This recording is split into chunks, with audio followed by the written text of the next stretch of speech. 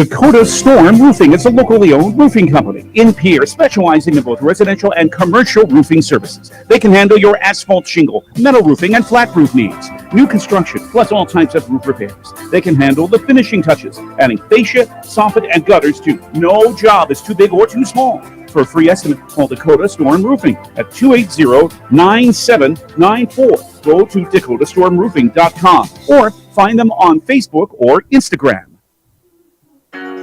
Hey, DQ fans, the chicken strip basket is the ultimate dream team. It's loaded with crispy, all-white meat chicken strips, golden fries, Texas toast, and your choice of dipping sauce, including everyone's favorite, house-made Hidden Valley Ranch. This creamy ranch and chicken dream team is waiting. So come in and make your delicious dreams a reality today. Only at your DQ. Happy tastes good. There's one place to watch Pierre Governors sports online, and that's liveticket.tv. Go Govs Live is where you can find Pierre Governors sports online.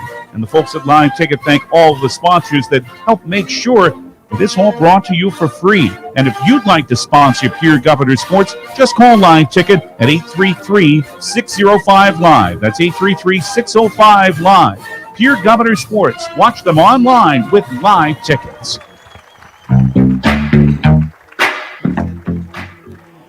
Back at Phil Troutner Stadium at Hollister Field, and very fittingly for the anniversary that is today, this Patriot Day 20 years ago, we did observe a moment of silence here for the day that was 20 years ago, 9/11/2001, and a nice job on our national anthem from a Riggs High School student as well. Brian Oakland here. Quickly, we'll run down starting lineups from Envirotech, but we are driven by the Office of Highway Safety, the state of South Dakota, reminding us all to buckle up because seatbelts save lives. You're listening to Pierre Governor football on your official voice of the Governors, River 92.7 KGFX FM Pierre, a member of DRG Media Group. We're live streaming again with the help of Live Ticket through drgnews.com. For the Governors offensively, the Envirotech starting lineup has Lincoln Kienholz, the junior, at quarterback, and one of the best in the state, Brock Mosier, the sophomore tailback. Cade Kaiser, a sophomore, at wideout, along with junior Jack Merkwan and senior Matthew Hansen. The offensive line includes seniors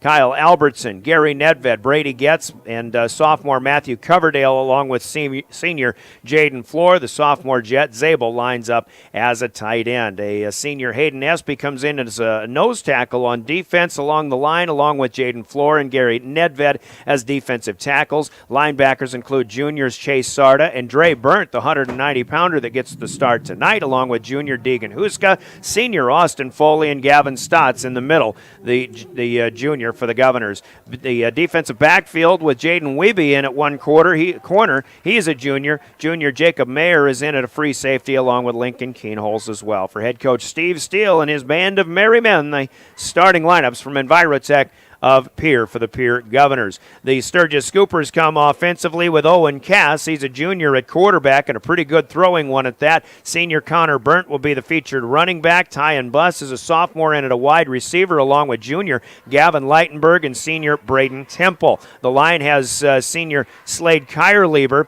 as the center, big one at 290. Junior Austin Etieo is the left guard at 190. Buck Fickbaum is a 255-pound right guard. He's a senior.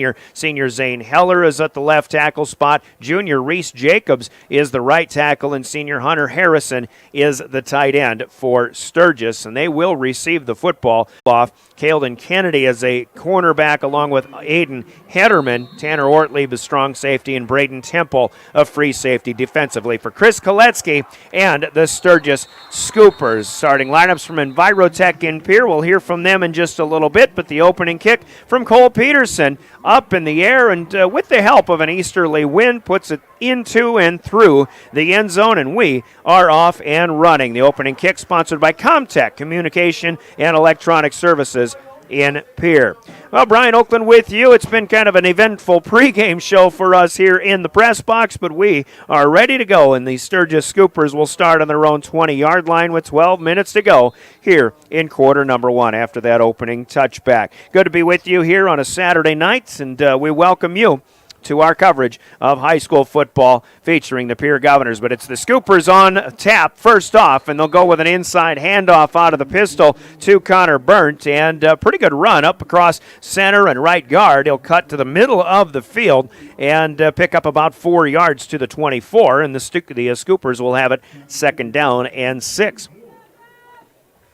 Scoopers 0-2 so far on the season, and again, 38-18, an season-opening loss at home to Watertown. They did get some offense going, but Watertown just a little too strong and too much in the second half. Meanwhile, T area with the shutout, 52-0 a week ago, down at T area. Another 4 yards here for Burnt across the 25, basically same play, and the Governors faced with a 3rd and 2 here defensively. Sturgis moving from our left to right. They're in road white with the black numbers, red trim, black pants. Sunshine still in the west here on this September 11th, 2021. Out of the pistol once again. This is Owen Cass. 3rd and 2 for Sturgis in the opening possession. He wants to throw, has to roll to his left. The Governors giving chase. A floater is up, and the receiver coming back and making the adjustment. Nice play on the offensive side with Deegan Huska giving the coverage, but Hunter Harrison comes back to it, and the ball all the way up to the 45-yard line, a gain of 17 yards. Nice receive on a pretty nice pass as well from Owen Cass to Hunter Harrison. So a 1st down for Sturgis. Huska was right there, but you just have to give credit to a good play by the receiver in this case.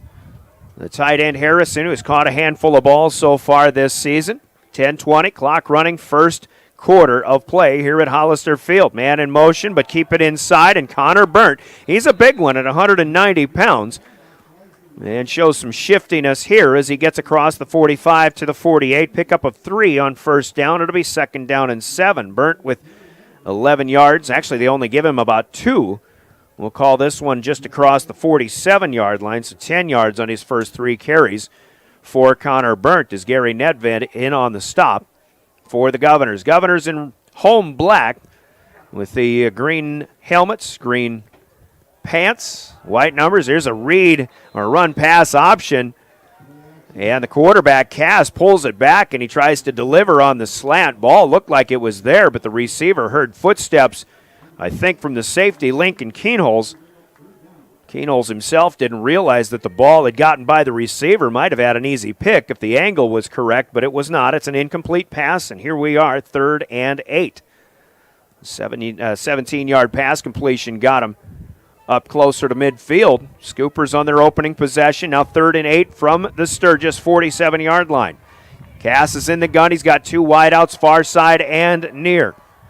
From the far hash mark, quick throw, and the ball was there, but it was knocked away, broken up by the Governors. Ty and Bus, the intended receiver, and Sturgis, after a good start, will come 3 and out on their second sequence and have to punt it away, presumably, to the Governors.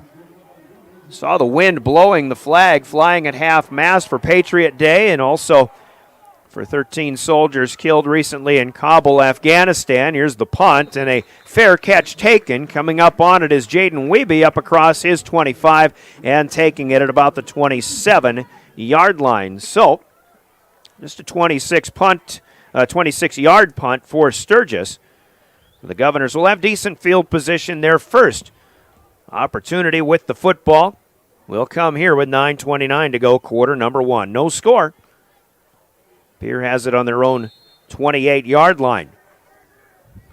They'll move from right to left. They are facing the sun. Of course, we expect several passes to be thrown from Lincoln Keenholz, who sends Brock Mosier in motion left to right. Keenholz wants to throw right away on 1st down, and a nice pattern here run by Jack Merkwan. He will come to the knees to make the catch at the 49-yard line right away. A gain of 19 yards on a perfect throw from Keenholz. And a good receive from Jack Merkwan. That's his 5th catch of the year and the first one that did not go for a long touchdown. 4 catches, 4 touchdowns of 40 or 50 plus yards for Merkwan up until that point, but a good 19-yarder as the Governors set up with a fresh set of downs. Keenholz starts right. He's got a tuck and duck this time as the Scoopers break the pressure, or break the coverage, the protection, we should say, and Jake Vleem, one of the D linemen, the defensive end, gets in there and drops Keenholz for a loss back to his own 39-yard line. That is a loss of 10 on the play. Make it a loss of 5. At the 39, it was at the 44. I'm going to have to make that a 14-yard catch for Merkwan to set things up. 2nd and 15 now.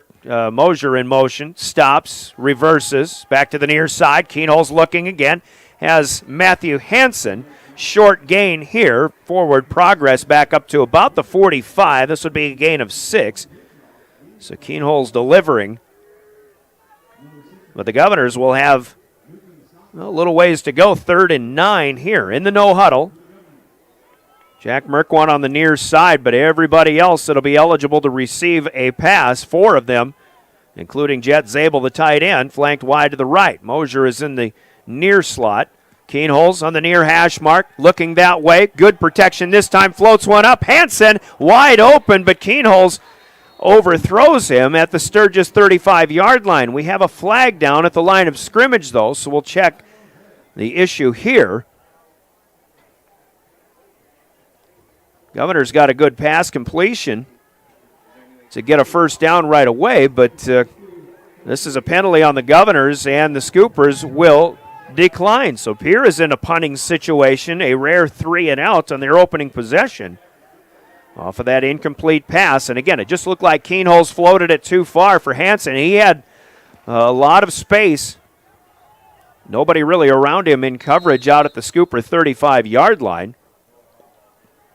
If he had caught that ball, his momentum probably takes him out of bounds rather than being able to turn it toward the end zone. Now Keenholz is running with it, but he'll get a running punt up, and a fair catch called for and received at the 15-yard line by Ty and Bus. So punts for both teams so far, and no score as Sturgis will take over. Not good field position, but a good job on defense, helped out by a sack of Keenholz on 2nd down.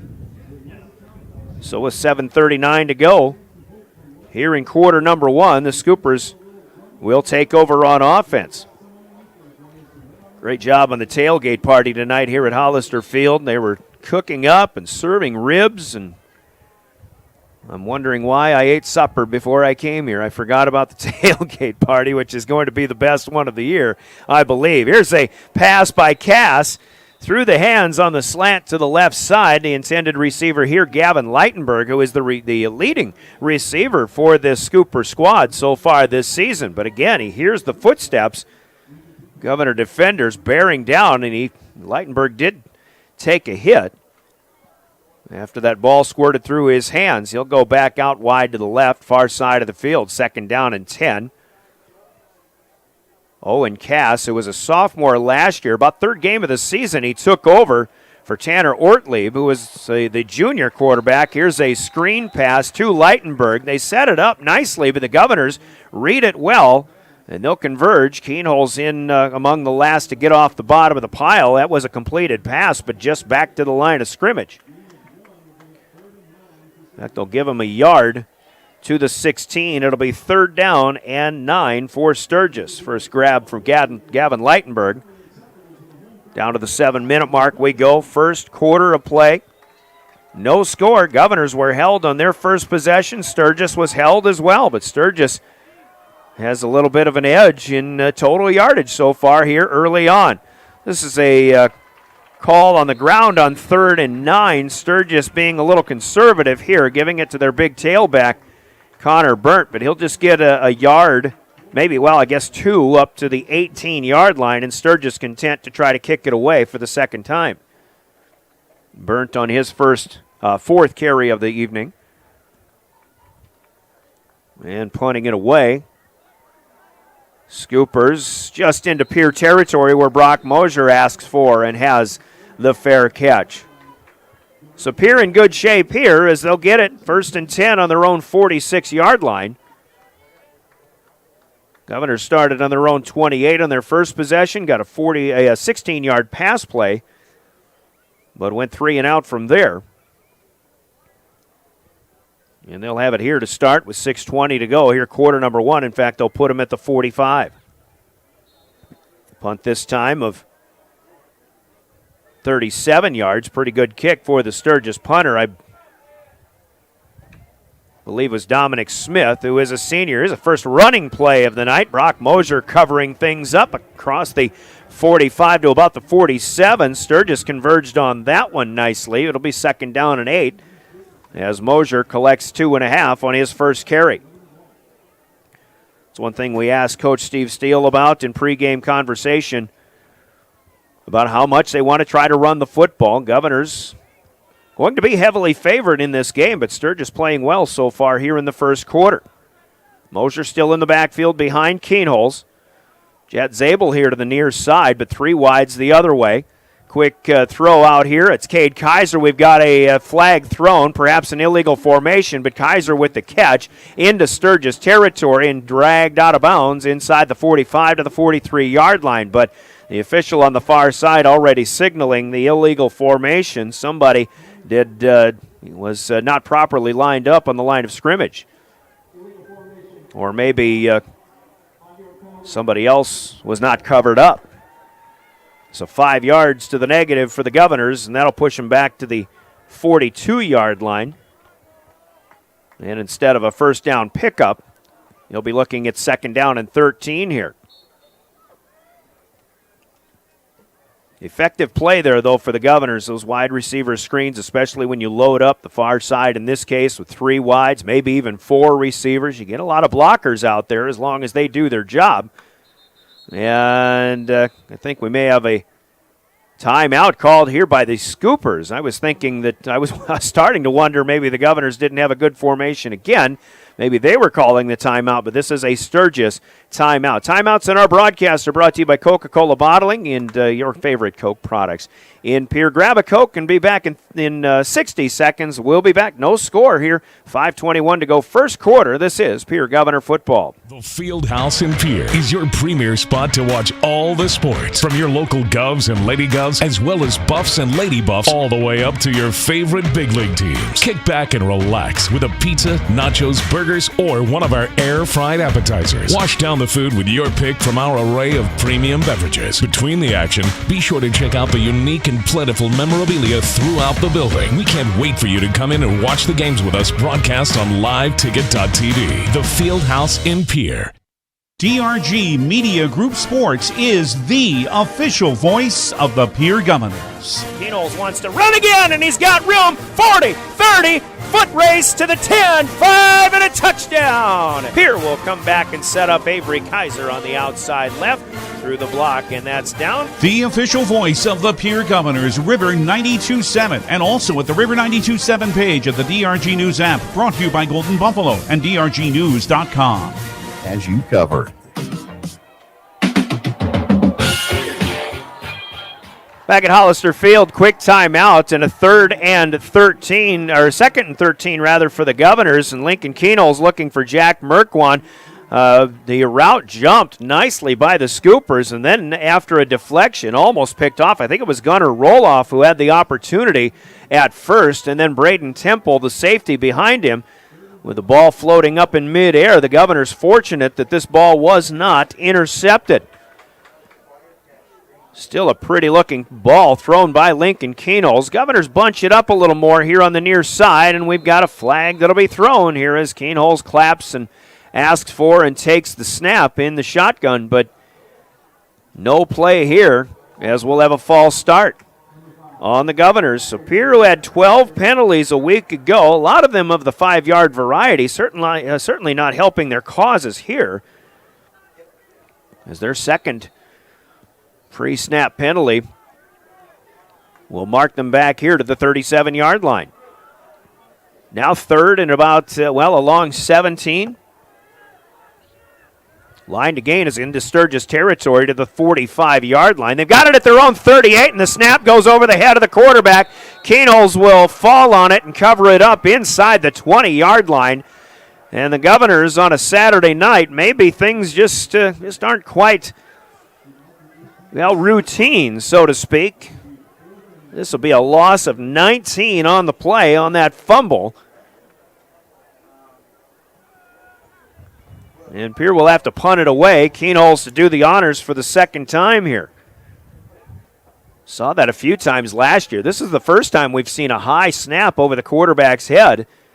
Keenholz has a good snap here, but stepping up from his own 5-yard line, has a good kick, but Sturgis has an opportunity. Well, I thought they had an opportunity for a return, but Tyan Buss didn't see him ask for it, but he does take a fair catch at the Scooper 44-yard line. So 2 possessions for each team, but nothing to show for it, and we're still scoreless. Scoopers will have it at the 44 with 4 minutes and 33 seconds to go in our first quarter clock.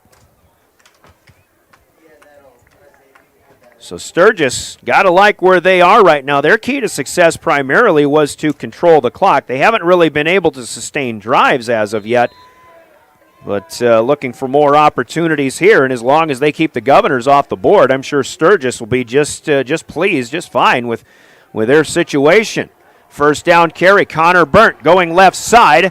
He'll turn the corner and got a good gain up across midfield here on his 5th carry of the night. Where do they spot it? Looks like it'll be to the Governor 49-yard line. Pickup of 6 on first down, and much to surprise, got to be honest, it seems as though the Governors getting outplayed so far here. Number 2 ranked Pierre by the 0-2 Sturgis Scoopers, but it's good to see that Sturgis, you can see that they do have some good capability, and so far with a pretty good game plan. Low snap taken by Cassie, tried to hand it off, and then on the knee, I think he got back on it, but the Governors are still fighting for it. This will be a miscue for Sturgis, although it looks like they will hang on to the possession as Cass was able to get it back. Once again, this snap hit him at his shoe tops, and he wasn't able to get down and receive it in time to get the handoff away. He was trying to deliver the handoff to Connor Burnt, but this will be a loss of 4. Still Sturgis football, though, 3rd and a long 7.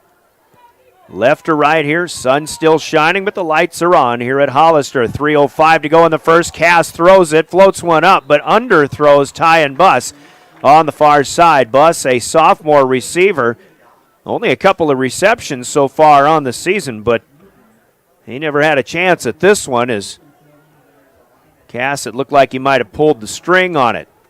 Mentioned Dominic Smith perhaps as the punter earlier, but it is Owen Cass who stays in there to punt. It's a good snap here. 3 and out for the Scoopers. Good kick. This one sending Wiebe all the way back to his 10-yard line. His momentum takes him back to the 5, and the Scoopers will cover him up right there at about the 7-yard line.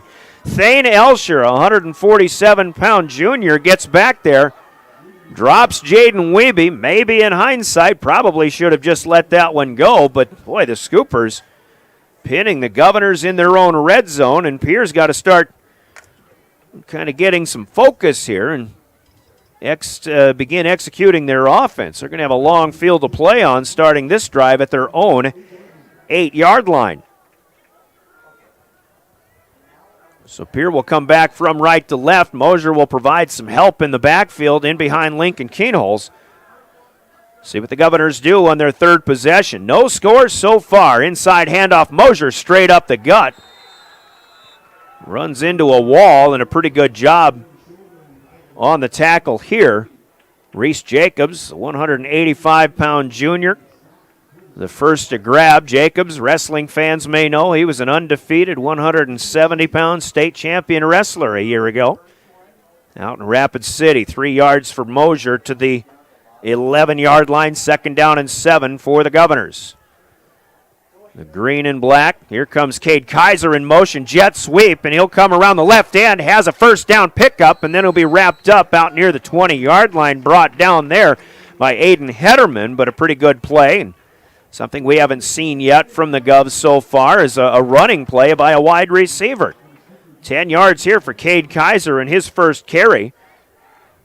as a receiver this season. He has carried the ball as a backup quarterback. First down for the Governors. They're second here in the first quarter. 2 minutes to go, quarter number one. Governors out of the shadow of their own goalpost at least. Mosier slips a couple of tackles, is tripped up, but he dives ahead across the 25-yard line into the middle of the field, brought down at the 26. That's a good 5-yard gain. You haven't really seen Mosier get an opportunity to break one. You know the Governors have an offensive line that is undersized, and they haven't been able to open the holes, and they're certainly geared more toward pass blocking as opposed to run blocking. But I like the way Brock Mosier runs the football. He gets that ball in the handoff, and by the time he's at the line of scrimmage, it seems that he's in full speed mode. Second down and 5. Good start on this sequence. Here comes Kaiser in motion again. They'll get the handoff to him again, but this will not fool the Scoopers as Tyler Brandner, the defensive end, gets through, and he drops Kaiser for a loss back to the 21. So they gained 5 on the run from Mosier, but they lose those 5 on this attempt by Kaiser. Now back to a 3rd and 10 predicament here for Pierre. No score here, first quarter into the final minute, 50 seconds, 5-0, counting down. And on 3rd and 10, it'll be Keenholz by himself in the backfield. Zabel, the tight end, plus 1 wide out to the short side. That's the near side of the field. 3 wides to the other way. Keenholz with the clap. One hand on the high snap. Keenholz tucks and runs. Nobody got open. Lincoln up to the 25 and the 30, and then close to the 35. He'll run out of bounds on the near side. Good enough on the scramble for a first down for the Governors and a pickup of 14 yards for Lincoln Keenholz. The game against Mitchell last week. Didn't see Lincoln running very often. I only had him for a few rushing attempts. That became part of the offensive efforts in the first game 2 weeks ago at Harrisburg, but Governors will run their quarterback when they feel they need to, and they didn't need to last week. Now Lincoln over the top of everybody and through the hands of a Sturgis defender this time, trying to quick pass to the far side. Caledon Kennedy almost had an opportunity. He might have been looking at the goal line when that ball went off of his hands, though. Break for the Govs. Lincoln 0 for his last 3 is 2 for 5 for 20 yards so far. Let's call that 22 yards. 2nd and 10. Clock stops. 20 seconds to go. Quarter number 1. No score.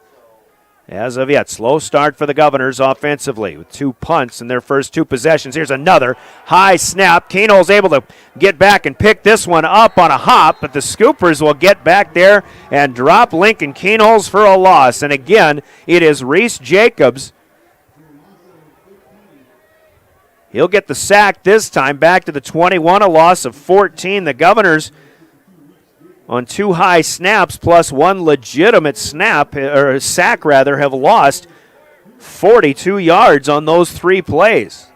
First quarter clock comes to an end, however, and on the Wagner Auto scoreboard, bit of a surprise so far. Credit the Sturgis Scoopers, who have held the Governors scoreless. Sturgis also scoreless on the board. Gales Gas Service of Pierre sponsoring our Governor scoreboard here at the end of 1 quarter. You're listening to Pierre Governor Sports, your official voice of the Governors, River 92.7 KGFX FM in Pierre, made possible by, in part, your Pierre Sports Marketing partners, who include Stulkin Peterson, Lingle, Walti Jones, LLP, the South Dakota National Guard, Wagner Auto, Red Rosa, Olinger Law Firm, Pierre Dental Clinic, the Pierre Chamber of Commerce, Pitts Design and Build, and Iceberg Funeral Home of Pierre, your Pierre Sports Marketing partners. As we pause for 30 seconds, going to quarter number 2 in a scoreless game early on here at Hollister Field, you're listening to Pierre Governor Football.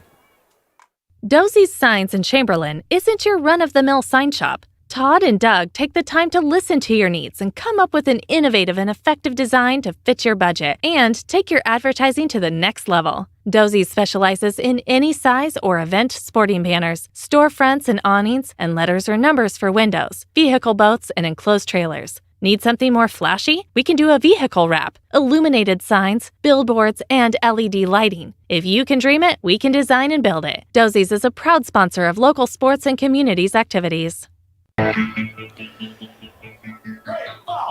Well, so far for the Governors, a little bit of negativity through the first 12 minutes. They're holding Sturgis scoreless, but having struggles of their own on the offensive end. A couple of bad snaps over the head of the quarterback and the shotgun, and here they are after another one, setting third down and long at their own 21-yard line.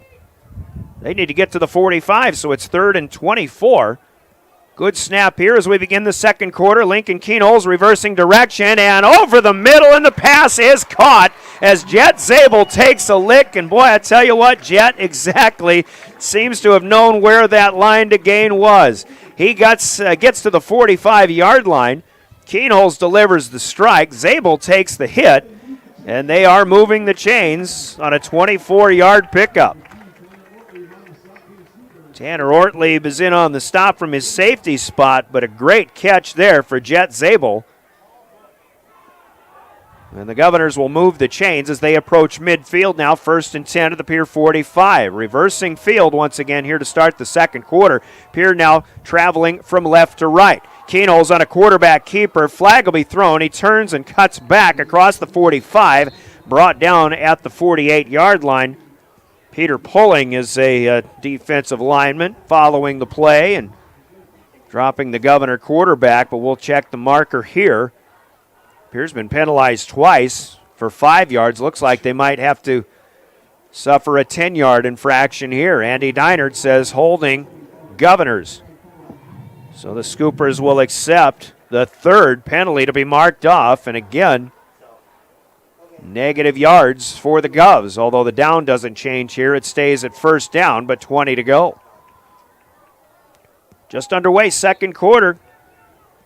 Pierre in their first 2 possessions combining for just 1 first down, and that was on a 16-yard pass play from Lincoln Keenholz to Jack Merkwan, but a 3-and-out from there on their first possession, a 3-and-out on their second possession. Now 3 first downs picked up here.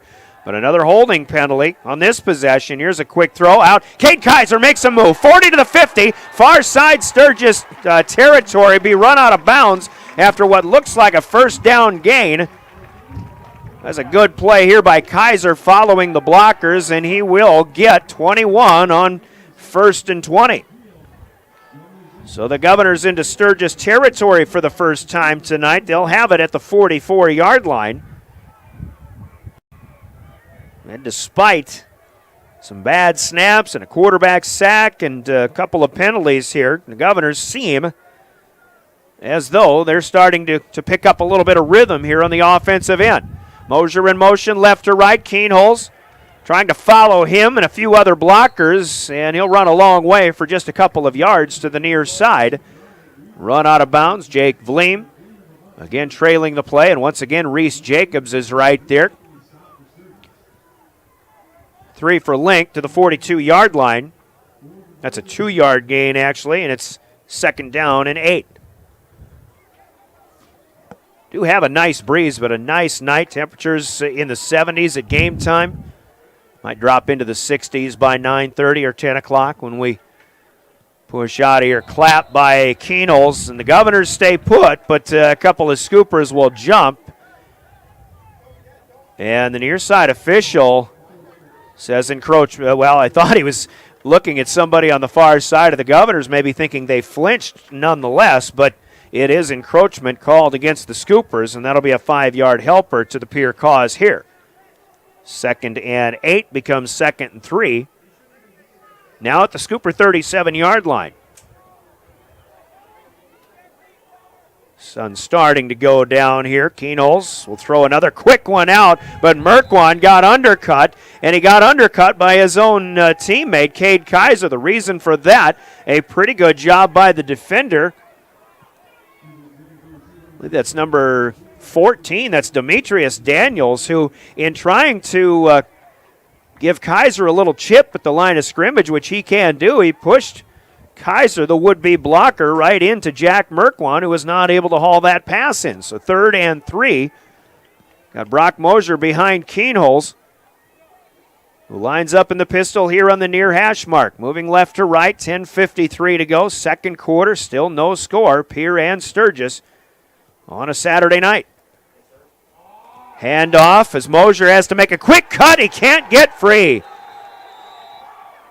Play was broken up right away by Gunnar Roloff. It was finished by Connor Burnt. A loss of 3 to the Governors, who were pushed back to the Sturgis 40-yard line. And 4th down upcoming here. And Pierre's got a decision, but it looks like his personnel being switched out. The decision's already been made. Pierre on 4th and 6 is going to punt and try to push Sturgis back deep into their own territory again. 12 plays on this drive by the Governors. Keenholz with a good snap will kick it from the 50. Fair catch called for, but it bounces at the 5 and will take a Pierre bounce, but too much, and into to the end zone. A 40-yard punt, but a 20-yard net. So Pierre has had the ball 3 times, and they've punted the ball 3 times. Same for Sturgis. They're 0 for 3 on their possessions. We still have no score here. Almost 2 minutes into our second quarter of play. Sturgis will have it 1st and 10 at their own 20-yard line. Good to have you here. Governor football on a Saturday night, the only Saturday game. Teams across the state in all classes were encouraged because of a lack of officials to schedule some Thursday, some Saturday games. The last game of the regular season, which is usual, will be played on a Thursday, but here a Saturday night game. So glad you could join us. Here's a quick pass from Owen Cass out to Braden Temple on his right side. Temple from the 20 up to the 24. Governors cover it up. Pretty good play for Sturgis on 1st down, but pretty good job defensively as well for the Govs. 2nd down and 6. Mentioned last year Tanner Ortlieb, who started at quarterback in the first game, but the passing game just wasn't working. Cass a little bit more adept in throwing the football, and Sturgis had more success last year when Cass was a sophomore, and now so far this year in his junior season, with Ortlieb still making plays, as we mentioned, on defense especially. Connor Burnt with the carry. Austin Foley in on the stop, up ahead of the 25. Drop him at the 28. That's another 4-yard pickup. Burnt with 22 on his 6 carries so far. 3rd down and 2, under 9 minutes to go here in the second. Fake the handoff. They'll get it to Temple. He breaks 1 tackle. Excuse me, has a 30-yard line, and then brought down finally by Gavin Stotts, but not until the Scoopers make it to the 34. That's a pickup of 6 and a 1st down for the Sturgis Scoopers. Temple's 2nd catch so far. And Cass, to this point, 4 out of 7. Completed one for 17 yards to his tight end on the first pass of the game, but then missed on 3 in a row. Now has completed his last 3.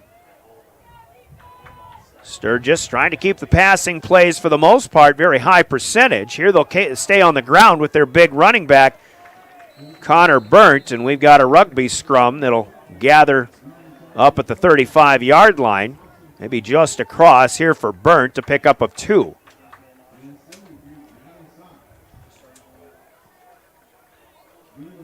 Well, they'll only give him 1. We'll call it the 35. Shortest carry of the 7 so far by Connor Burnt. Look over to the flag at the west, and there isn't a lot of movement on the half mast. Maybe if it was at full mast, we'd see it moving more. Now fluttering a little bit. But we can feel the breeze through the open window here in the press box. Near hash mark, Cass takes the snap, is going to take a hit, but he delivers the throw. Buss has it out to the 40-yard line. Jaden Wiebe covering him up. And a good tackle here.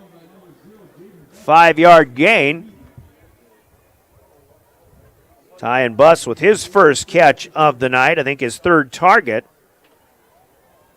And it'll be 3rd and 4 for the Scoopers. Sturgis, their volleyball team, was here last night. Pierre Governor girls defeated them in 3 straight. Governors got another win this afternoon, 3 in a row over Spearfish. Now 7-0 for the volleyball squad, but things will get tough in this week ahead. Here's Burnt, wrapped up by Gavin Stotts across the 40 to the 42. They'll only get a couple on 3rd and 4. Now it's a 4th down situation, and Sturgis will swap personnel. 6 plays on that possession. 1 first down picked up, but Sturgis still keeping the ball out of the Governors' hands as much as possible. Here's another good kick by Owen Cass, backing Wiebe up to his own 20-yard line. Fair catch called for and received. Tanner Ortlieb was right there just in case to either make a hit or, well, maybe cover up a loose football. The Governors will have it just in front of their 20-yard line. We'll call it the 21. 4th possession coming up for Pierce. So far, nothing on the board with 6:27 to play in quarter number 2. People going to be looking at scores and seeing that this one is still scoreless, probably raising some eyebrows. We'll keep tabs on the scores that are going on, or the games that are going on so far here this Saturday night throughout South Dakota. Brock Mosier in motion. Keenol's looking his way. He's all alone back out on the flat, but Mosier wanted to turn and run up the sideline. He takes his eye off the ball and is not able to haul it in. It'll be 2nd down and 10 on the incompletion. 2 games at Howard Wood Field and 11 AAA today. Sioux Falls, Washington shut out O'Gorman 24-0. Brandon Valley has defeated Sioux Falls Roosevelt in a low-scoring game 12-7. Brandon Valley, defending state champions in AAA. I think they lost an awful lot, but they did get a victory here today. 2nd and 10 for Keenholz and company, looking left. Nothing materializing. He'll tuck and run. Now throws across the grain, and this pass almost picked off. Keenholz overthrew his intended receiver, Cade Kaiser. It was Ortlieb back there playing center field. And as Kaiser gave chase, Cade turned into a defender and actually made a nice play on a pass that was thrown too far by Keenholz. Governors just out of sorts here so far in this first half. Lincoln 4 for 10 through the air now. 67 yards, but it's 3rd down and 10 at the 6:12 mark of quarter number 2. 0-0. Pierre and Sturgis. Sturgis, who was beaten handily by T-Area a week ago in that triple option offense that T-Area runs. Here's Jet Zabel over the middle, makes a move, cuts outside, has a first down at the 30, 35 to the 40, lowers the shoulder and is dropped after a nice gain, but we've got a flag down back at the line of scrimmage. I think Zabel might have been the 3rd option for Keenholz on this play. Started out looking left, came across to his option coming from his right. Delivered a good pass in traffic, but a 19-yard gain to the tight end is going to come back, and the Governors are going to have to play 3rd and long again. This is an ineligible downfield, so it's not a holding penalty, but one of the linemen released too soon and was into the defensive backfield at the time the ball was thrown. So 5 yards back from there, it's a 3rd and 15 for Pierre instead of 1st and 10 at the 40-yard line. Halfway through quarter number 2, still no score. Pierre and Sturgis as Keenholz ready to go on 3rd and 15. The blitz coming. Keenholz gets away from it. Now throws on the run. Kaiser in single coverage has it with a pass interference, and the defender falls down, and Cade Kaiser is going for a touchdown. Sturgis may be thinking this will be offensive pass interference, but a great play by Cade Kaiser for what could be an 84-yard touchdown, but this might be offensive PI, and it could be coming back. Sturgis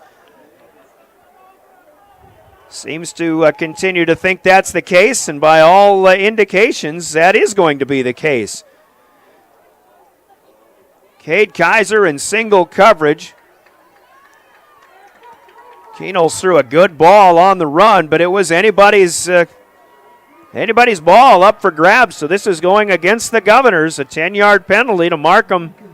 Well, it'll be half the distance to the goal. And they'll find themselves back inside their own 10-yard line. 84-yard score wiped away, and the Governors continue to find ways to shoot themselves in the foot.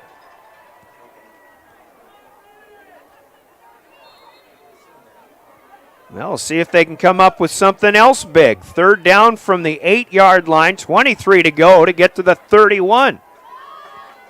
This is not what Pierre fans are used to seeing in the last 4 or 5 years from their Governors. From the 8-yard line, Keenholz out of the gun, alone in the backfield, will throw over the middle, and there's contact as Kaiser got pushed from behind, but no flag this time.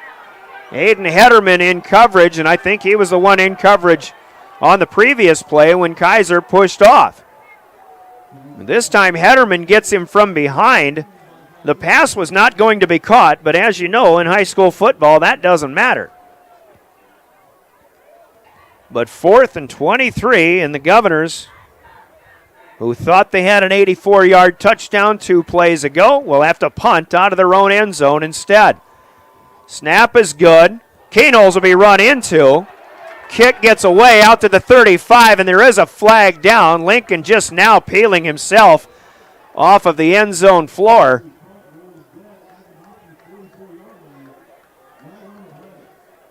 Punt is down at the 44-yard line, so a good kick under the circumstances, but a really good rush by the Scoopers. Unfortunately for them, a little too good, as the flag is down in the end zone.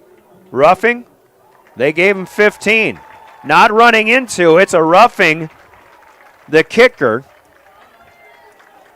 In higher levels, that would be an automatic first down, but here it's just a 15-yard penalty, and on 4th and 23, well, it'll become 4th and 8, although the down marker says first down. Is that an automatic first down? Apparently so.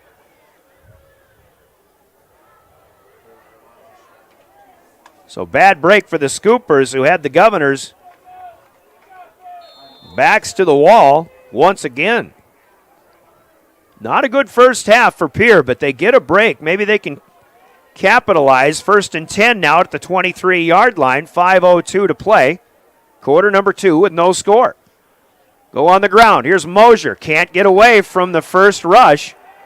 Reese Jacobs once again gets to Mosier, and at best he's got no gain. 2nd down and 10. 5 carries, only 7 yards for Brock so far. And again, in our conversation with Coach Steele, yeah, the Governors wanted to try to open things up and get things going on the ground, but Sturgis' defense has played nothing less than outstanding so far here tonight. Keenholz on 2nd down, wants to throw, has Mosier, but he overthrows him. Misses Mosier on the far side. Brock in his frame, not very tall, only 5'7". And it'll become 3rd and 10. And maybe with the breeze, some of these passes might be floating, but it's just uncharacteristic Governor football right now. Keenholz 4 of 12 through the air. 4:21 to go on 3rd and 10. Now he wants to throw. Long pattern here, looking for Hansen. Oh, he had that one, but then it's broken up by the Sturgis defense. Demetrius Daniels, was it? Tyan Buss was out there. Looked like Matthew Hansen had it momentarily, but then the defender knocks it away. And after getting the help on a roughing the punter penalty, out of their own end zone, Governors had a fresh set of downs, but a running play for no gain, 2 incomplete passes, and they'll have to try to punt again. Keenholz, good line drive kick this time. It'll be taken on 2 hops by Buss at his own 35-yard line, but nowhere to go.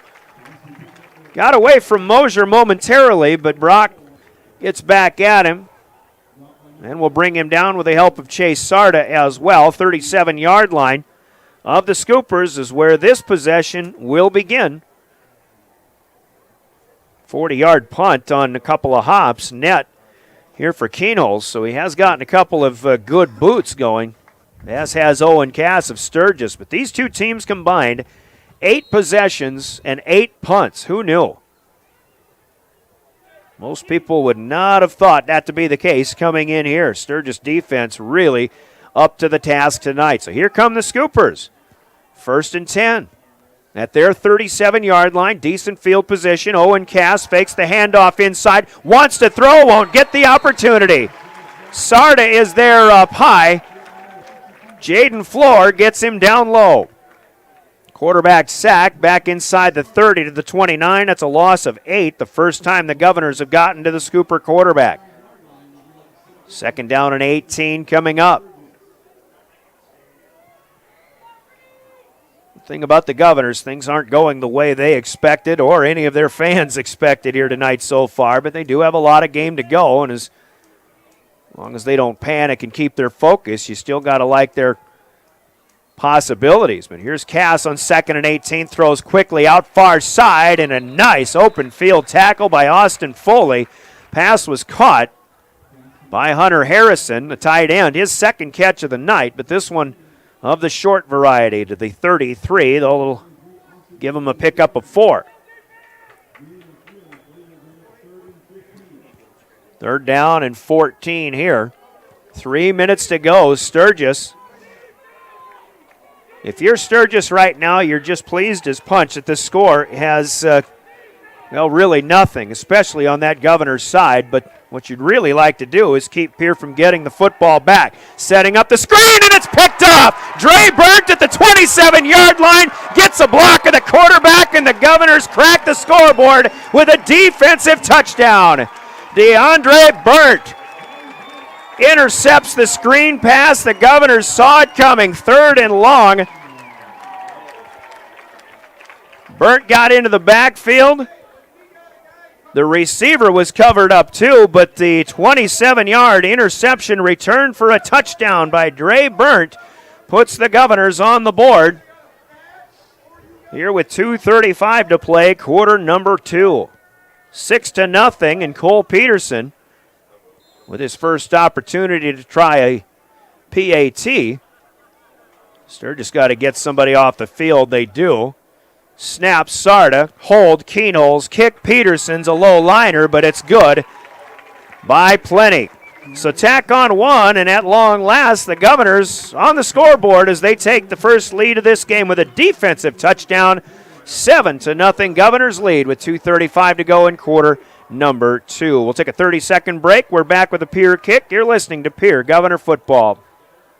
At DK Auto Repair in Pierre, we take pride in our fast and professional auto service. Our well-trained techs specialize in transmission repair, tune-ups, brake service, suspension engine repair, auto diagnostics, and general maintenance repairs and oil changes. Making sure you and your family get from point A to point Z and all points in between is what motivates us to provide you exceptional service. At DK Auto Repair, we proudly support every Pierre Governors event, the students involved, and their families.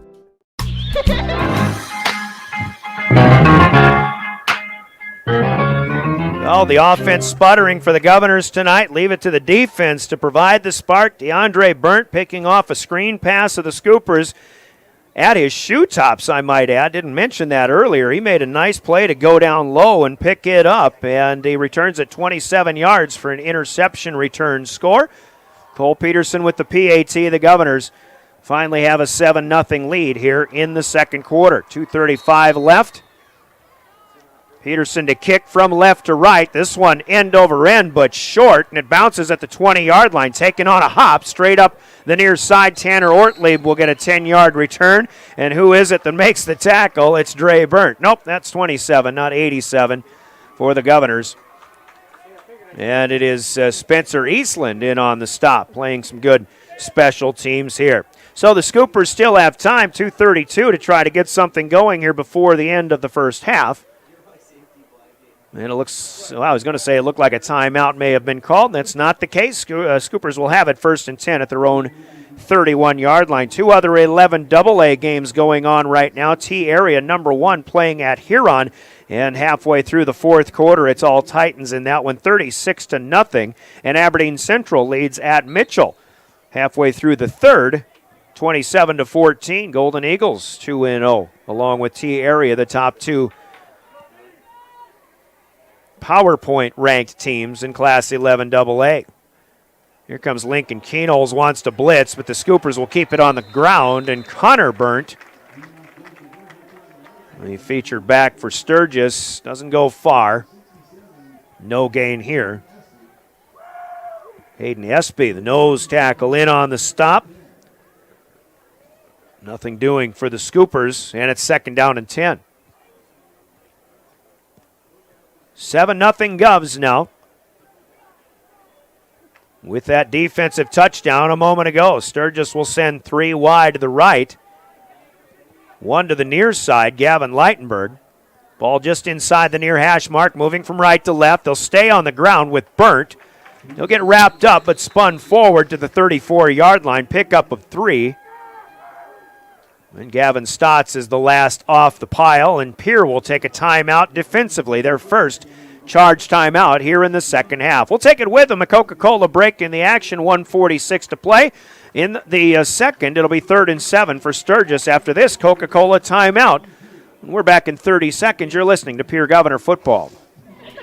Of all the things you can teach a child, how to handle money is one of the most important. Their knowledge, discipline, and control in the area of money will follow them wherever they may go, and in every area of their life. Teach them the facts of money. Dakota Plains Federal Credit Union, federally insured by NCUA. We're big on you. We're small enough to know your name, but we're big on you. Fort Pierre, or call 223-9762.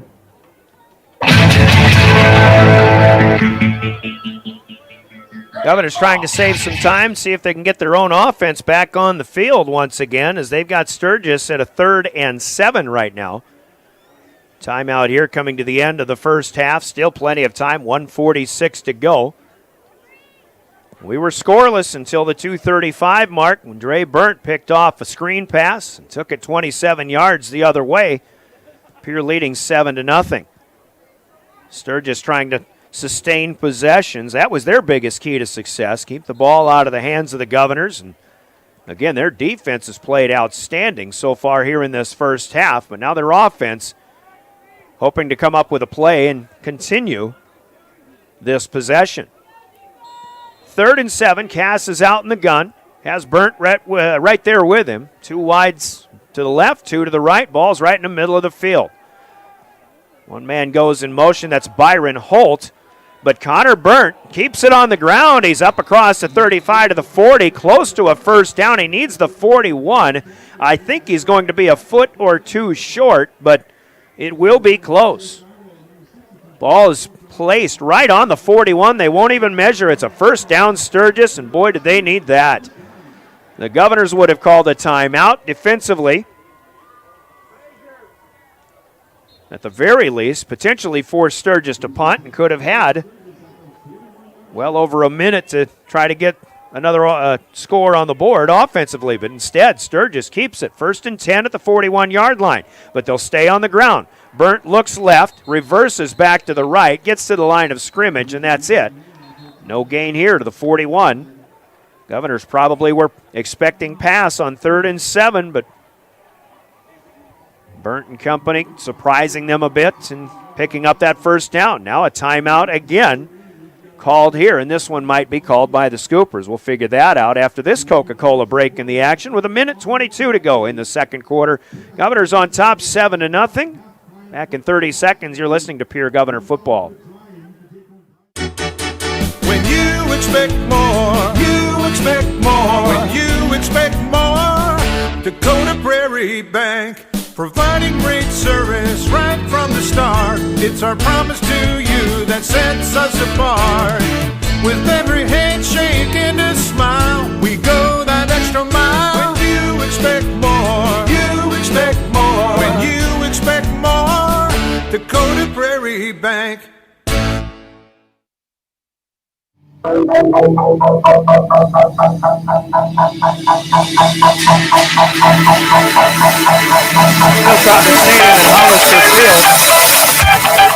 Here in this timeout, and still not quite sure who called that timeout, but I'm assuming it was Sturgis. It'll be 2nd down and 10. We're driven by the Office of Highway Safety, the state of South Dakota, who reminds us You booze, you cruise, you lose. Don't drink and drive. As you listen to Pierre Governor Football and your official voice of the Governors, River 92.7, KGFX FM Pierre. We're a member of DRG Media Group. We live stream with the help of Live Ticket through drgnews.com, among other avenues as well. Brian Oakland play-by-play. Owen Cass with the snap, and another inside carry by Connor Burnt that only gets back to the line of scrimmage. Another no-gainer, and the Governors will take another timeout here, and we'll take it with them. Let's try 60 seconds this time, and the Coca-Cola break in the action. 3rd and 10 with 1:17 to go, and we're back after this 1-minute break. This is Governor Football.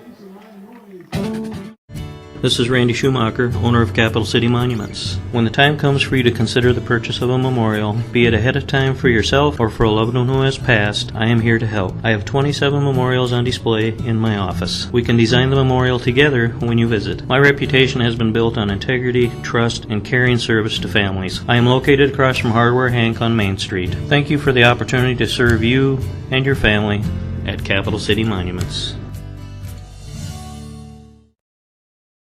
Briggs Trucking and Construction in Fort Pierre provides Pierre Governor and Stanley County Buffalo Athletics. Best of luck this season. At Capital City Campus, we believe getting an education close to home should be available for everyone. We are proud to partner with Lake Area Technical College and Dakota Wesleyan University, offering degree programs right here in Pierre. Check out all the program details by visiting capitalcitycampus.org. From all of us at Capital City Campus, go Govs and go Buffs.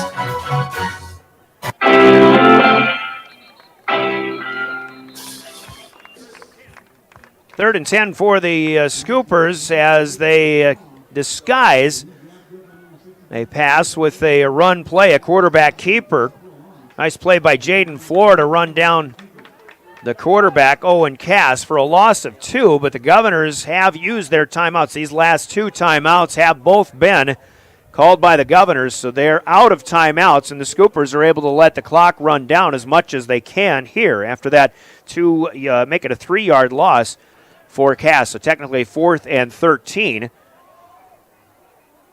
The Governors will have very little time to try to do anything offensively. Do not have an offensive touchdown here tonight. They lead 7-0 on an interception return for a score. Now the Scoopers will take this timeout here to avoid a 5-yard penalty. And we've got another opportunity to step away one more time. We'll take 30 seconds. Coca-Cola breaking the action. Grab a Coke and be back in 30 seconds. Pierre up 7-0 on Sturgis. This is Governor Football. Transportation services, cargo hauling, excavation, and demolition services. They also specialize in dirt and gravel work for everything from commercial work to new construction. Briggs Trucking and Construction will haul everything from light poles to farm and agricultural supplies. The bigger the job or the bigger the load, the better, as that is where their expertise really shines. Contact Briggs Trucking and Construction at 605-280-2848 or email them at cbriggs25@pi.midco.net to visit about your next project. Since 1956. Welcome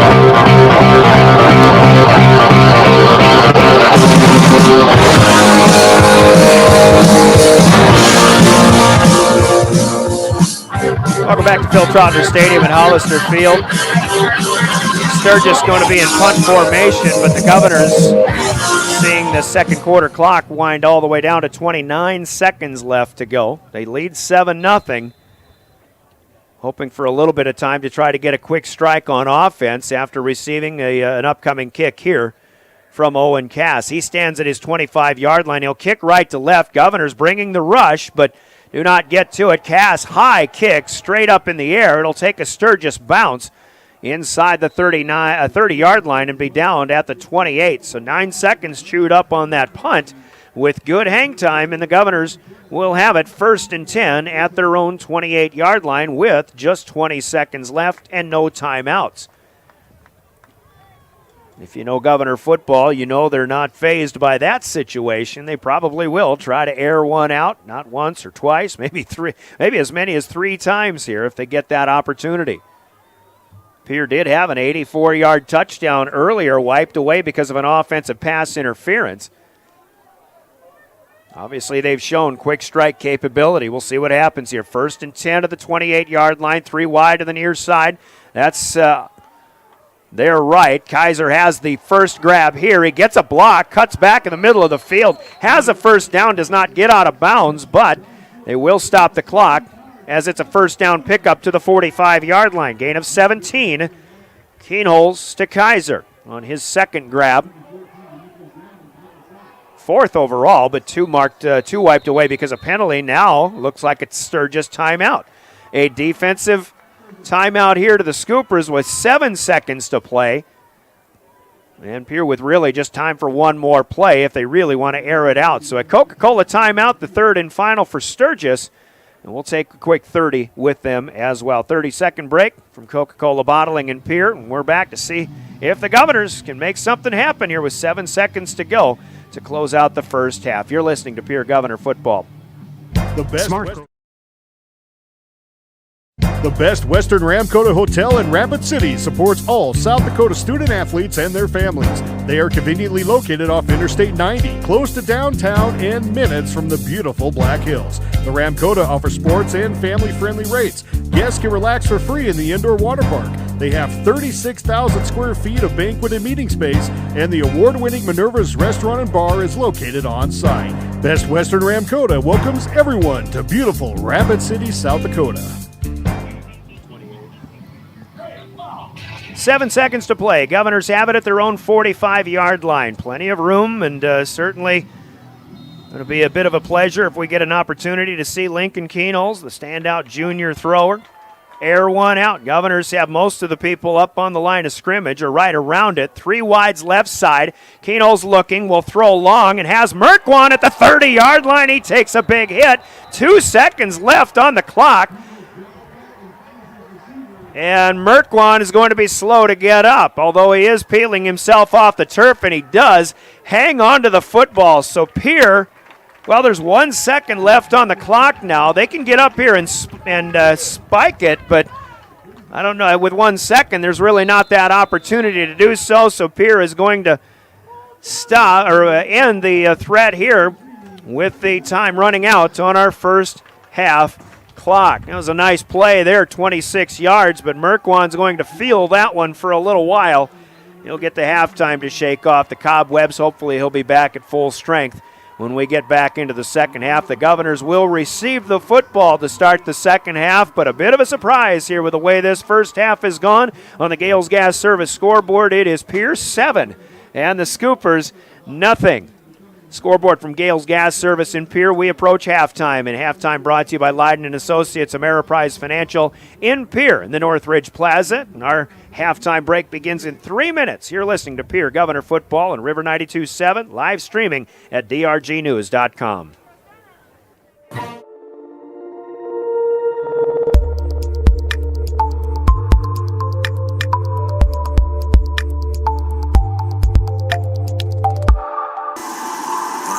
Needed a car that worked harder than a car. We built them a truck, and they used our trucks to build interstates and industries and communities, livelihoods and neighborhoods. Americans needed vehicles worthy of who they are and what they can do. So we built them a truck.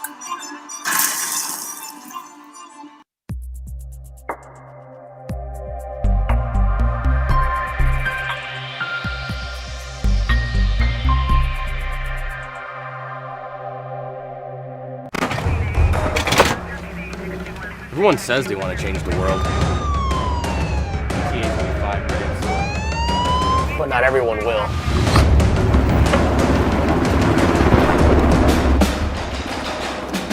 We are not everyone.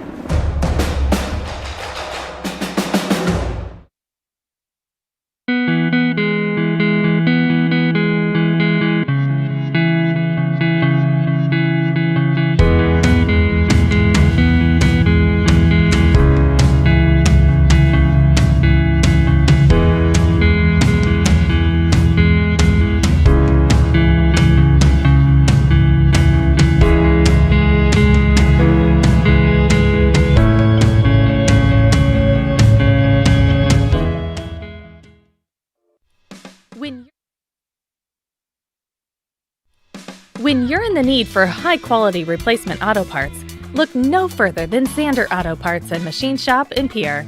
Zander's has been servicing the Pierre area for over 40 years. Their professional parts techs can get you the part you need and get you back on the road.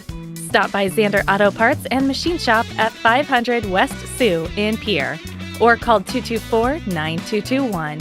Zander's, your source for domestic and foreign auto parts and accessories. It's tough to buy a vehicle nowadays, isn't it? They're so hard to find. At Harry K. Ford of Winter, we will never buy a 2020-21 vehicle and then turn around and ask you, our valued customers, to pay more than what the vehicle cost brand new. Those other guys, they don't do that. Research your options, get a Carfax, and remember, we sell new vehicles way below MSRP because that's just the way we do business. Harry K. Ford of Winter. Family, friends, and Fords, always in that order. Wow, Bill, you're walking so much better. What did you do? Well, I got so tired of the pain and nearly fell. And one of my friends recommended physical therapy at Winter Physical Therapy. And you know what? My back also stopped hurting. Huh. So how did you get started? My doctor wrote me a referral, but that's not always needed. Turns out you always have a choice where you want to go. So why did you choose Winter Physical Therapy? I love to support our locally owned small businesses, and quite frankly, they give great personalized care. Winter Physical Therapy. Exceptional care.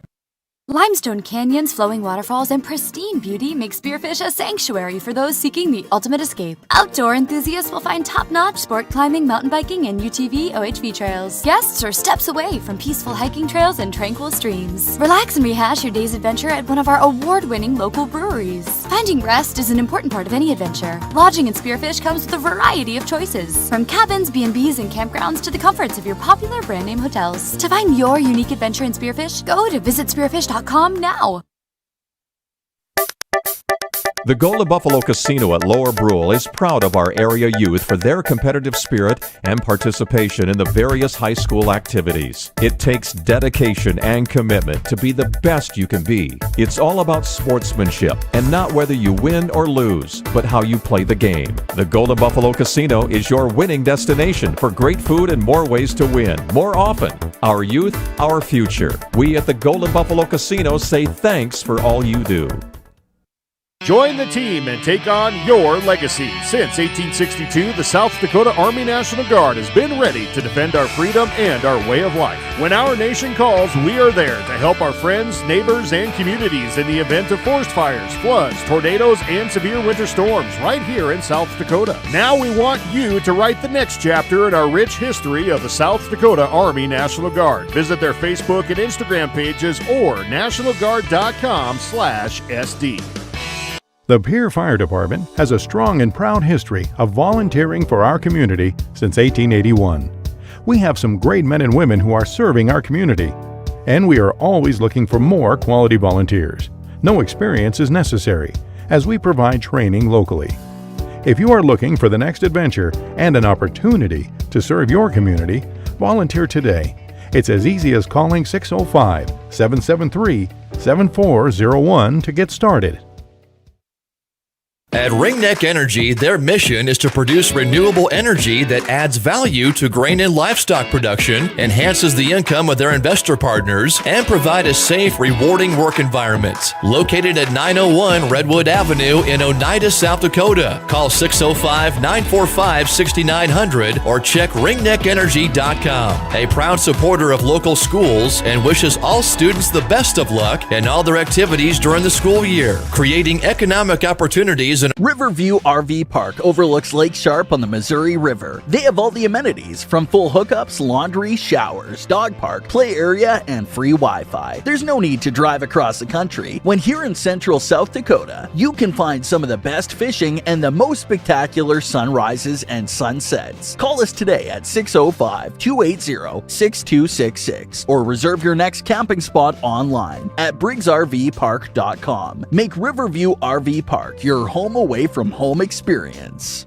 Service Master of Pierre is your go-to service experts for a wide variety of cleaning needs. Since 2003, we have developed the most effective methods and products to service virtually every type of industry. We're known for our exceptional carpet and upholstery cleaning, but did you know we also offer cleaning of all types of flooring, along with providing fire and water restoration, commercial cleaning, janitorial services, and construction cleanup. ServiceMaster of Pierre is a proud sponsor of TF Riggs Governors and Lady Govs, as well as Stanley County Buffaloes and Lady Buffs activities. The Corner Station Convenience Store and the Crossing Pub are both conveniently located on Pleasant Drive in Pierre, South Dakota. At the Corner Station, grab your favorite hot and cold beverages and snacks while filling your vehicle up with Cenex brand gasoline. The Corner Station also features a super tunnel car wash to keep your vehicle sparkling clean. At the Crossing, grab a cold beverage and check out their selection of appetizers while watching the Stanley County Buffaloes and Pierre Governors live on their big screen televisions. Best of luck to all area students from the Corner Station and the Crossing. Harry K. Ford, your go-to dealer for transparency and the lowest prices. From sales to service, we pride ourselves on transparency and low prices. It's who we are every day. Family, friends, and Fords, in that order. Graham Tire of Pierre is your premier hometown shop, specializing in tires to fit vehicles, from ATVs to large farm equipment and everything in between. At your tire store next door, you can find a plethora of brand name tires that range from 4 to 10 ply and much more. Our highly skilled technicians can handle brakes, heating, and air conditioning. Call us today at 224-8643 or visit us at grahamtire.com. Graham Tire is a proud sponsor of Pierre and surrounding communities' local activities. Scott Darnell with Lee Real Estate in Pierre is ready to help you find your dream home. There are 10 things you need to do to buy or sell your home. Number 1, call him at 605-220-2676, and he'll handle the other 9. As your resident realtor on a bike, he will make buying or selling your home feel like a walk in the park, not an Ironman triathlon. Find him on Facebook or email Scott at LeeRealEstatePierre.com. Lee Real Estate and Scott are proud sponsors of Central South Dakota Youth Sports and Events broadcast on Live Ticket TV. As community bankers, BankWest employees are deeply committed to supporting local causes, growing the local economy, and creating local opportunities. At a time when you can bank anywhere, we hope you choose BankWest. We'll be your financial partner for the long haul, helping you and your community achieve financial success. BankWest. Convenient, connected, committed. Member FDIC. We hope you are all enjoying the student productions of your school. Tonight's event and every event produced by your school during the school year are created, filmed, and produced by the students you love to follow and support. Become a booster of your school's live event coverage by becoming a sponsor. It's a great way to show your support of the athletes and students in your community. As a sponsor, you'll get great visibility for your business, organization, or family by supporting the live productions of your school. John Hoffman Electric is your neighborhood electrical service contractor, and so much more. No job is too big or too small for our team of professionals. We pride ourselves on keeping up with new technologies, such as Aerial, an augmented reality visual tool used to customize and experience a finished space before breaking ground. So whether you're building new or renovating a home, farm, or commercial space, let John Hoffman Electric light the way. John Hoffman is a proud sponsor of all local activities broadcast on Live Ticket TV. At Jan Bussey Ford & Highmore, they've been building partnerships for life by treating customers right, offering a low-pressure sales process, no haggling over price, passing low overhead savings on, and providing a Ford-certified service department fixing it right the very first time. If you're looking for a new Ford, a quality pre-owned vehicle, a new or used ATV, or a trailer, stop by Jan Bussey Ford & Highmore and experience the difference. Jan Bussey Ford, building partnerships for life. The sun is up and you are ready to put in a good day's work. Then this happens. Easy now. You're in luck because this week, Grossenberg Implement is offering an 8% discount on all battery chargers. Nothing gets done with your equipment just sitting around. 8% discount on all battery chargers this week at Grossenberg Implement, with 8 locations in South Dakota, Nebraska, and Sundance, Wyoming.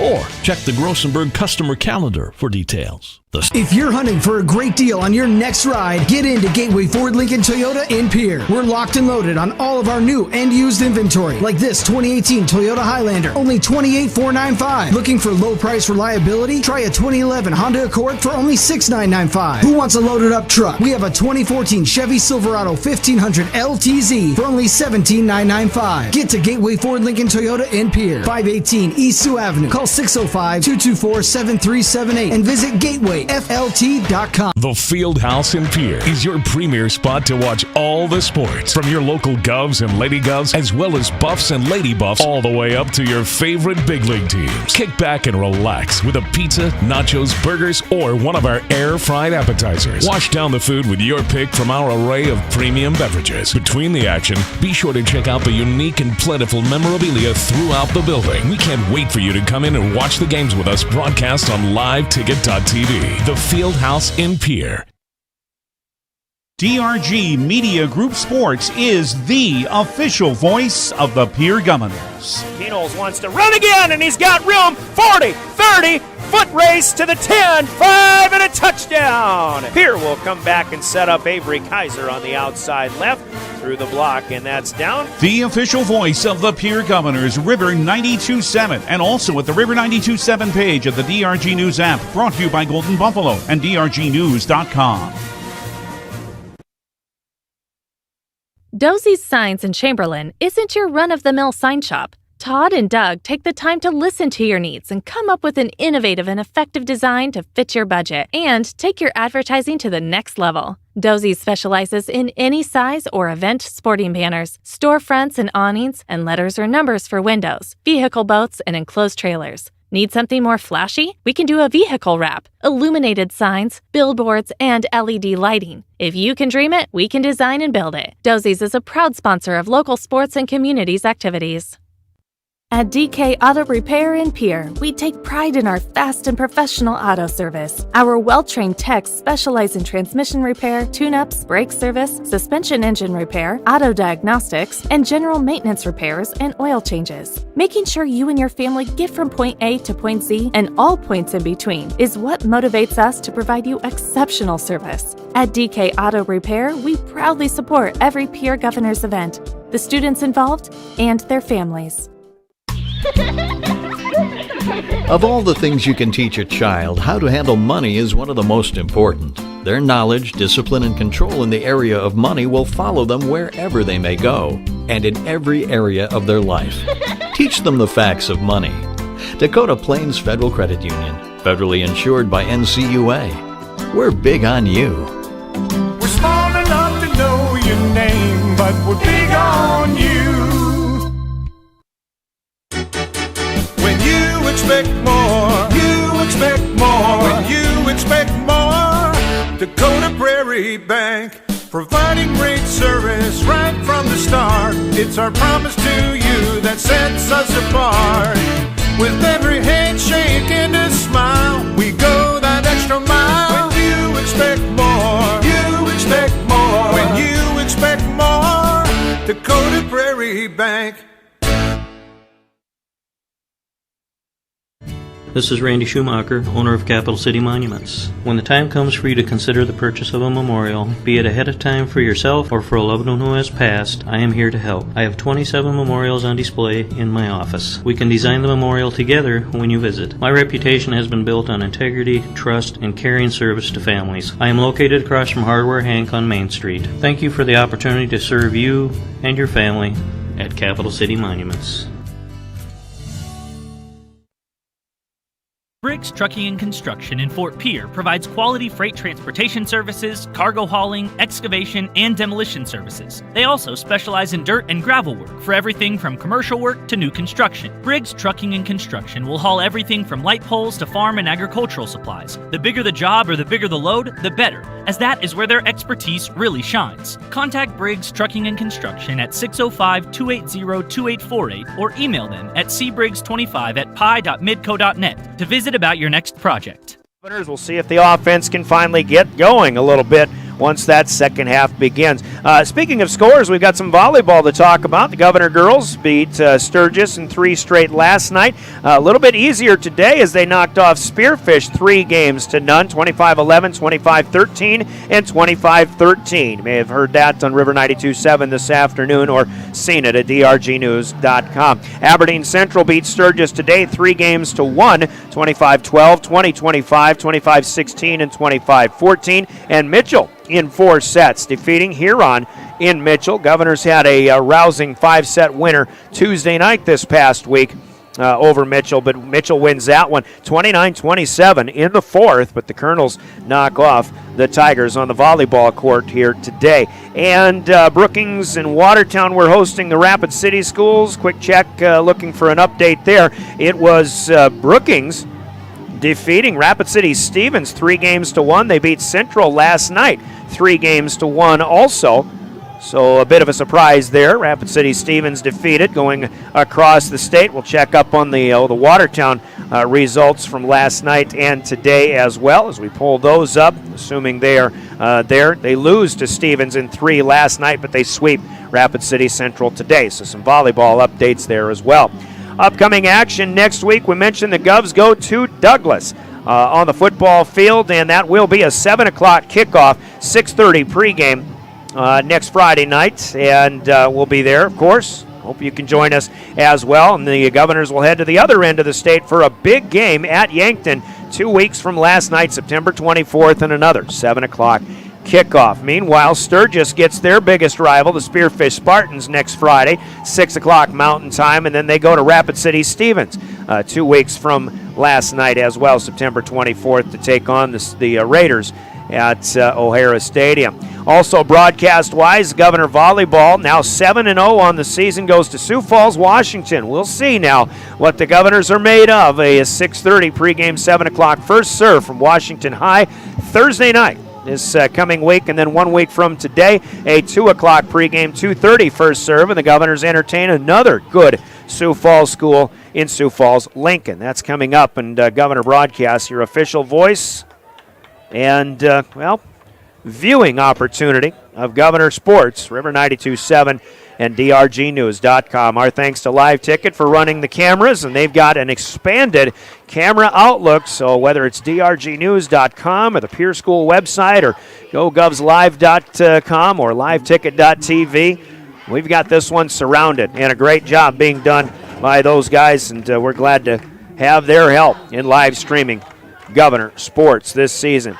Comtech sponsors the opening kick of the first and second halves, the second of which coming up. It'll be put in play by Dominic Smith of the Sturgis Scoopers.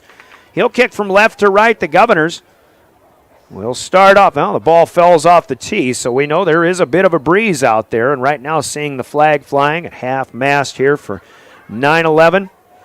20 years. Where were you 20 years ago today? I still remember, no doubt about that. Governors started going with the wind in the first half. They'll start with the wind at their backs here in the second half as well. So Smith kicking into the wind has a low liner, taken ahead of the 20-yard liner, bounces. It'll be taken at the 10 on 2 hops. Brock Mosier comes up, bounces out to the left side, out across the 25 to the 30, spins forward on the tackle to the 31, and brought down by Paul Pulling, a 176-pound senior backup running back. 32-yard line is where Pierre will have it, and here we go. Govs on top, 7-0, but the offense probably was the unit that got the most attention from the coaching staffs in that locker room break here at halftime. 3 wideouts to the short side of the field. The ball's just inside the near hash mark. Tight end Jet Zabel on the far side. Brock Mosier behind Lincoln Keenholz. The deep man in the pistol here. Go on the ground. Mosier starts right, cuts back to the left, but well covered. There's Reese Jacobs, who's had a big defensive game so far in this one. He'll drop Mosier for a loss of a yard back to the 31-yard line. Mosier 5 carries, only 7 yards in the first half. Obviously, it's been hard to come by, and especially for a Governor team who wants or has pretty much tried as much as they can to run the football here tonight. It just hasn't worked out as of yet. 2nd and 11. One play into our second half, Keenholz will be by himself. Mosier in motion, all the way across, left to right. Keenholz will take the snap. He's looking left, got to get rid of it, and falling down over the middle with perhaps, or apparently, incidental contact is Matthew Hansen, the intended receiver. So it'll be third down. Keenholz only 6 of 15 in that first half. He has been completing passes at, I want to say, about 70% or so over the course of the first 2 weeks of the season for about 540, 550 yards, something like that. He's just been nothing short of outstanding. 7 touchdowns on the season. But so far, 6 of 16. Now another high snap. Keenholz tips it to himself, hauls it in, has Merkwan up ahead, but Jack's got a toe on the sideline as he makes the catch, or his knee is down. Actually, it will be spotted ahead of the 30-yard line, and it'll be at the 34, but short of a first down because Merkwan had to go low for the grab. That's a gain of only 3. And Pierre, on their first possession of the second half, will have to punt. 10:40 to go. 3 and out for the Governors. 1, 2, 3, 4. This is the 5th punt by Keenholz tonight, and this is a beauty. Big punt inside the Sturgis 20-yard line is where it will be downed on the near side as it's run down by Spencer Eastland. So Keenholz will pin the Scoopers deep back in their own territory. But Sturgis with another defensive stop. That's been their MO tonight. They've just played a great ball game, and we'll see if their offense can get something going here. 10:26 to go, third quarter. 49 yards on the punt by Keenholz as that one got up in the air and went with a jet stream. No return for the Scoopers. 1st and 10 at the 19-yard line. They'll spread it out 2 wide, both sides. Near hash mark, they move from right to left. Owen Cass, the junior quarterback. Connor Burnt, the running back, and he's got a big gainer right away across the 25 to the 30. That'll be enough for a first down. It'll be an 11-yard pickup. Gavin Stotts in on the stop, but a good start for the Scooper offense. Jacob Mayer helped bring Burnt down. That's his longest gain of the night. Everything in his first 13 have been single digits, including 3 for no gain, but now 11 yards. And the Scoopers move the chain, so out of the red zone they come. It's 1st and 10 at the 30-yard line. First 2 minutes gone by. Second half, third quarter. Burnt trying to run behind a big offensive lineman. Ball comes out, but well after he's down. And the Governors will stop him for a gain of 1 at best. Chase Sarda, the last away from the pile. Gavin Stotts gets his name called as well. We'll give him 1, even though it might have only been a half a yard.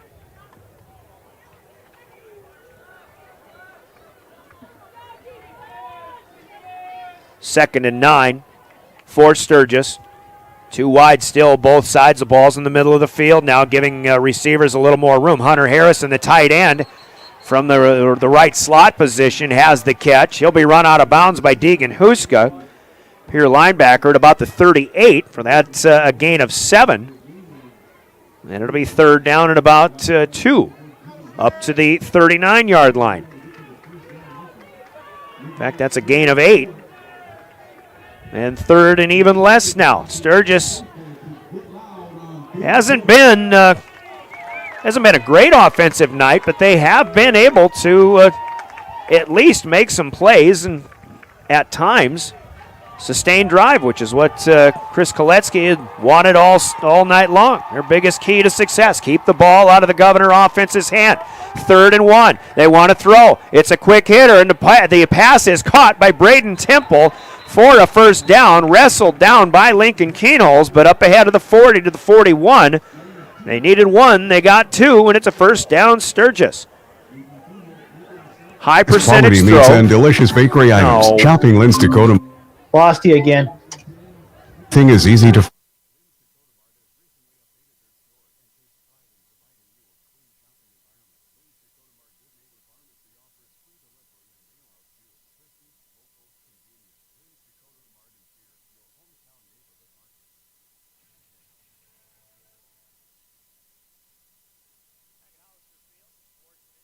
apologetically, we say it's a technical difficulty as we rest on the mercy of cellular and internet connections to make our broadcast a possibility. Sturgis picked up a first down on a short pass. They have it at the 41-yard line. And then Connor Burnt will get a nice 5-yard gain up the far hash mark, and 2 flags are thrown at the end of the play. The Scooper bench on the far side celebrating. Something happened again to the negative for the Governors. This might be a face mask or something. Nope, it's unsportsmanlike conduct on the Governors, and in fact, it's Lincoln Keenholz who gets singled out for that, so I'm not sure what happened, but a 5-yard gain to the 46. The Governors are going to give Sturgis 15, and now the Scoopers are in Pierre territory. They have been on the Governor side of the 50-yard line once tonight, but that was only to the 49-yard line. Then they lost 3 on their next play. So here they have it now at the Pierre 39. First down, and the Scoopers are in business. Far hash mark. Inside handoff is faked, actually, and this is a quick throw out to the far side. Ty and Bus. Sophomore receiver makes one man miss. He spins forward into the toward the middle of the field, but just a gain of a yard, and this will be dropped at the 38 for a gain of 1. We were mentioning earlier, but it's short, high percentage pass plays, but it's working for Sturgis. They had a 17-yarder on their first pass of the game, but ever since, nothing more than 6 yards, actually 8 a couple of plays ago. Here it's 2nd and 9, cast to throw again, and another hookup on the far side. I believe this is Gavin Leitenberg, and it is. Short of a first down, but a few more here and a few more there. Now to the 34-yard line, pickup of 4.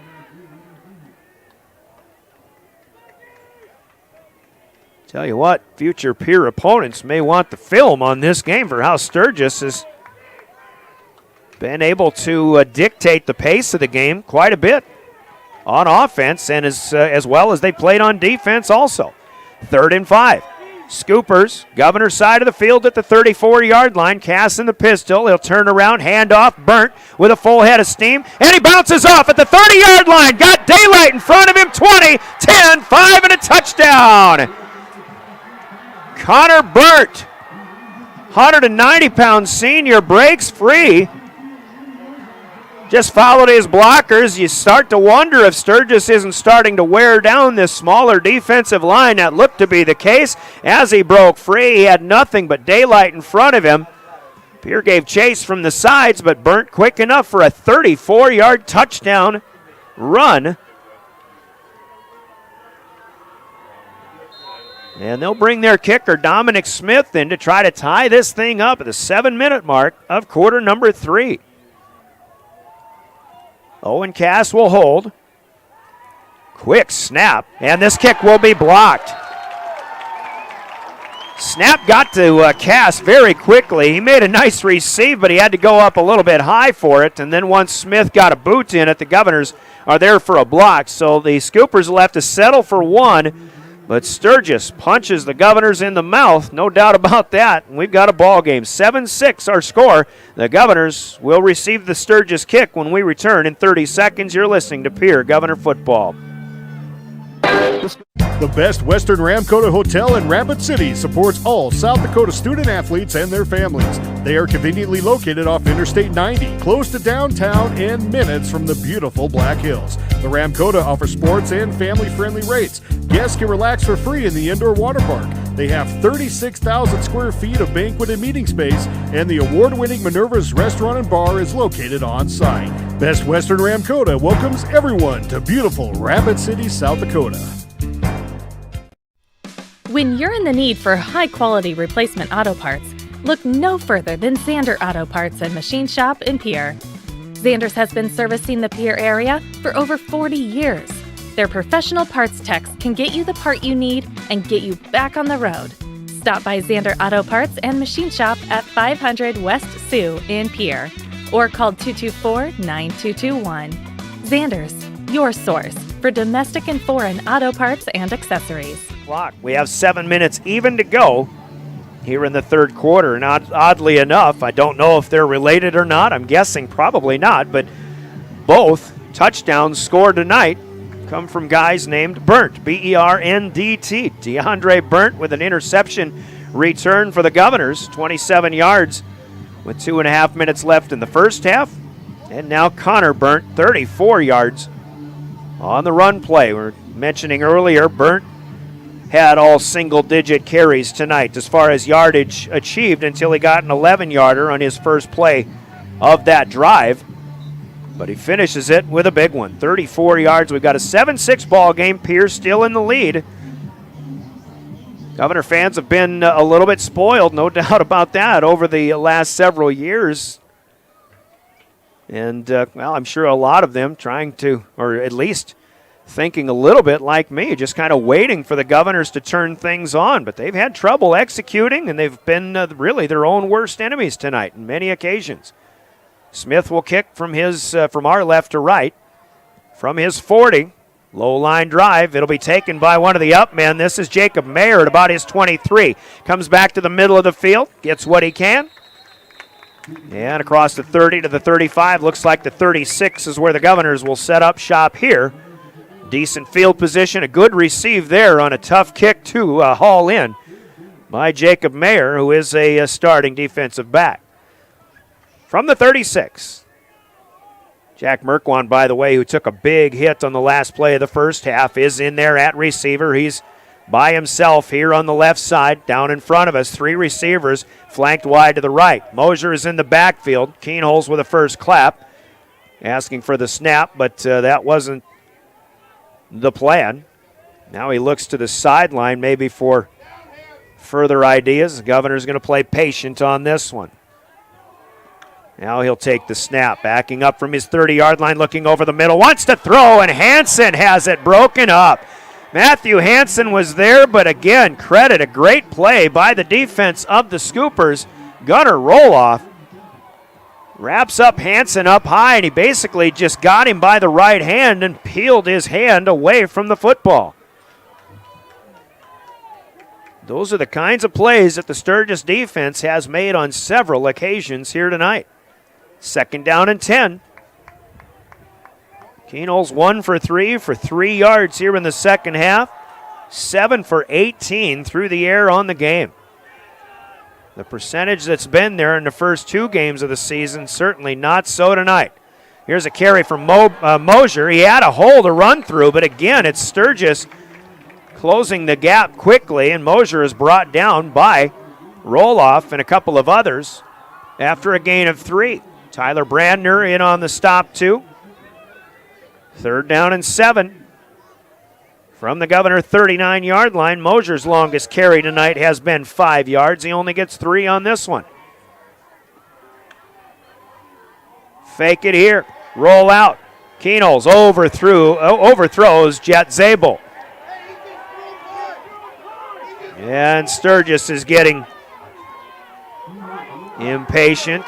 Brandner was down on the ground doing some battle with Brady Getz, and it almost looked like Brandner tried to punch, but maybe it was just a little bit of a shove, and it really was harmless, but the Governors were asking for an unsportsmanlike, which is similar to what Pierre got dinged on earlier, but I think Pierre probably had a little more blatant of an offense. So, incomplete pass again, and another punting situation. High snap. Keenholz gets it, but now he's got to run. Nowhere to go.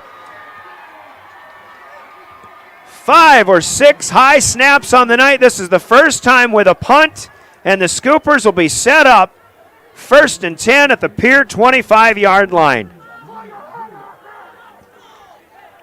And I think it's time to say it, because it's what Governor fans are thinking. What is going on with the Pierre Governors tonight? The execution just not there. High snap, and again Sturgis set up in great shape to try to take a lead over the heavily favored Governors. They trail 7-6, but they've got it 1st and 10 on the Governor 25-yard line. 6:10 to play, plenty of time. We're in the 3rd quarter here.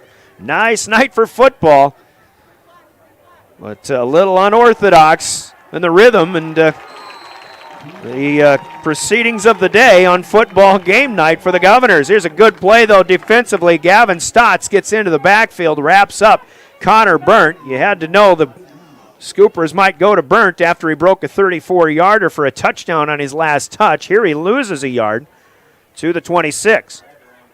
That's the first time the Governors have pushed him back. They've stopped him for no gain a few times, but first negative carry for Connor Burnt tonight. That was his 18th overall. 2nd and 11 from the Pierre 26-yard line. Burnt will shift right to left of the quarterback. Now back to the right. 2 wideouts both sides from the near hash mark. Cass, minor fake, pump fake. Now he goes long for Braden Temple, but overthrows him by a couple of yards as the ball falls right on the goal line on the near side. The scoreboard was out momentarily. Now it's back on. 5:20, clock stopped here in the third. That's only the second time Sturgis has attempted a downfield throw tonight. The first time was their first play of the evening. 15 pass attempts for Owen Cass. 7 completions, does have 1 interception that was returned for a score. Now 3rd and 11. Miscommunication perhaps. Cass has to tuck and run himself. He'll be run down by Jaden Floor. And he may have gotten to the original line of scrimmage back to the 25, but on that snap, it looked like Cass wanted to hand off to Connor Burnt. He turned to his left. Burnt went the wrong way. So a yard for Owen Cass here, and now 4th down and 10. And Dominic Smith is in to try a 42-yard field goal. What breeze there is tonight here at Hollister is into the face of the kicker. Out of the hold of Cass, the Governors give rush. This one's not going to make it. A good effort, but a little bit short from 42 yards out. And the Governors, after giving Sturgis a short field, will stand their ground defensively, and they essentially give up no yards. They give up they hold on a missed field goal attempt from Sturgis, and our score remains Pierre 7, Sturgis 6. So the Governors will have it 1st and 10 on a touchback. They don't get it at the line of scrimmage, which was the 25-yard line. They get it on a touchback. 4:31 to go. We're in the third quarter. Pierre led 7-0 at halftime. They lead 7-6 here. First down play, Keenholz, hands off, Mosier. He's got some room, but again, a good open field tackle. And Gunnar Roloff, who continues to make plays in that linebacking core, stopping Mosier for a modest gain here up across the 25. We'll give him 5. Essentially, it's 5.5. But 2nd down and 5 for the Govs, or a long 4. Wideouts twice to the far side with Zabel on that side as the tight end. Give it to Mosier again. He made a nice little quick cut in the backfield, and he dives forward close to the 30, and now we've got flags thrown again. Well, the chippiness that began earlier in this second half is starting to continue, and Andy Deinert, the white hat referee, is grabbing and bringing Tanner Ortlieb, the captain for Sturgis, and Lincoln Keenholz, the captain for the Governors, together and saying, all right, boys, that's enough. Mosier on the dive is given the 28-yard line. He'll be a couple yards shy, and unsportsmanlike conduct here goes against the Scoopers. So the Governors get 3 on the play on the dive from Mosier. But it looks like they'll get 15 more from there. And I can hear the student body for the Governors down to our left screaming, "You can't do that." Clap, clap, clap, clap. Well, there's a lot of people who need to be told that in this game for both teams because, as we say, it has been a bit chippy tonight. They spotted up to the 44-yard line. First down, Governors now. By the way, student body, very fittingly in red, white, and blue, the theme for tonight. Here's a slant with miscommunication. Keenels was looking in the direction of Cade Kaiser. He stopped his route, and this pass is incomplete. 1 out of 5 in the second half for Keenels. Only 3 yards, only 113 on the night. 2nd down and 10. Clock stopping on the incompletion with 3:35 to play. The ball's resting right in the middle of the field between the hash marks at the Pier 44. In the pistol, Mosier's back there as a safety valve. Keenels looks over the middle, and Kaiser was there, but another great play by a Sturgis defensive backfield member, Aiden Hederman. I think this is his 3rd pass broken up tonight. It looks like he's limping just a little bit, now trying to stretch his right quad, or maybe he's starting to cramp up a bit after making that great play. It is 3rd and 10 for the Governors at the 43-yard line. 3.5 minutes to go. We're in the 3rd. All the plays that have worked to perfection so far this season in the passing game for the Governors, not happening tonight. Keenels looks left, throws, looks for Merkwan. He keeps his footing after breaking a tackle into Sturgis territory. Taken down inside the 40-yard line. Roll off, and Ortley finally get to him, but Merkwan makes a tough catch, and he shielded the defender nicely once again into Sturgis territory. Once, as we say, 38-yard line, so pickup of 22 plus 12, 34 yards. On the completion, Merkwan's 4th catch tonight to match his season total, but none of them for touchdowns. Here's Mosier coming up the near side. He'll take a hit. Gunner roll off with another good play. Got Reese Jacobs and Brady Getz once again kind of keeping that chippiness going, but not enough to draw a flag, fortunately. 2 yards just outside the 36-yard line this time for Mosier. 2nd down and 8. 10 carries, but only 19 yards for Brock Mosier on a night when the Governors were hoping to be able to establish the run. He gets the call again, breaks 1 tackle, isn't going to break the 3rd or the 4th. Hunter Harrison got in there and broke it up. It might have been roll-off at first, or Jake Vleem, who had the first opportunity. Mosier does a pretty good job of getting back, well, to the original line of scrimmage. What looked like a 4 or 5 yard loss turns out to be only a 2-yard loss. And it'll be 3rd down and 10 again from the Sturgis 38-yard line. Under 2 minutes we go, 3rd quarter. 3 wide to the right side, Pierre up 7-6, and the ball was snapped on the first clap here for Keenels. That might have been a mistake. Keenels has to get rid of it as Sturgis brought 2. There were no penalties on that play. I think it was just supposed to wait. Governors were supposed to wait for the second clap from Keenels. Another example of how this is just not typical Pierre Governor football on this Saturday night. Still leading 7-6, but punting for the 6th time tonight. Keenels starts with a run, and a fair catch called for by Braden Temple. Ball takes a bounce, and Temple, fortunately for him, stays away from it, and it'll be downed at the 15-yard line. A 23-yard punt, but Governors will pin Sturgis in their own red zone.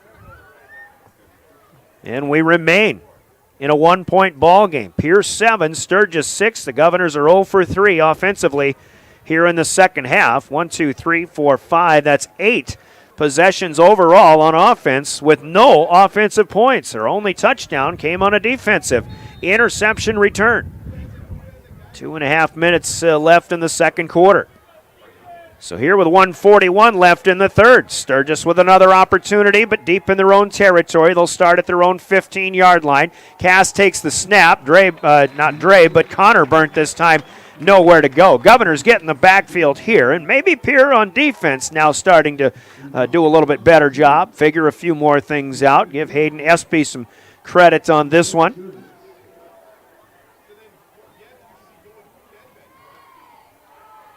Loss on the play back to the 14 is a -1 for Connor Burnt. Back-to-back losses of a yard on 2 carries since his 34-yard touchdown pulled Sturgis within 1. Back at the 7-minute mark of this quarter. 6 minutes off the clock later. We've got a minute to go in the third. 2nd and 11. Over the middle, and the pass was there to Braden Temple. He had a step on Deegan Huska, and Temple was looking for the goal line, but he didn't haul it in. Governors dodge a major bullet on this one, and it'll be 3rd and 11. That was a beautiful, beautiful pass there. Very similar to the one that Lincoln Keenholz hooked up with Merkwan on over the middle a week ago. A little skinny post, but once again, Temple had good technique on it. He just didn't keep his eye on the football. Didn't see it all the way into his grasp. So 3rd and a long 11. 55 seconds to go in the third in a 7-6 ball game. Sturgis will go to the air again, but the Governor's coming. Josh Strand makes him move. Nice throw here, but out of bounds. It'll be Cass throwing against his body as he had to roll out to the left side. Josh Strand, who's been very adept at getting in there on these blitzes by the Governors, makes a good enough play to force a punt here by the Scoopers. Now 48 seconds left. Had a lot of incomplete passes now, especially with the Governors on offense tonight. Kind of a long game here as we come up on the 9 o'clock hour. High end over end punt. Jaden Wiebe at the 41-yard line. Starts right, cuts back to the left, has running room, has the 30. He'll be met at the 25-yard line. It is Elsher who brings him down. Thane Elsher. But a good return from Jaden Wiebe. And the Governors officially have the field possession advantage now. They pin Sturgis at their own 15-yard line after their last punt. Sturgis with a 3-and-out, in fact, losing a total of a yard. And now to the 23 after an 18-yard punt return. The Governors have it in the Sturgis side of the field with 35 seconds to play. Quarter number 3 as they lead 7-6.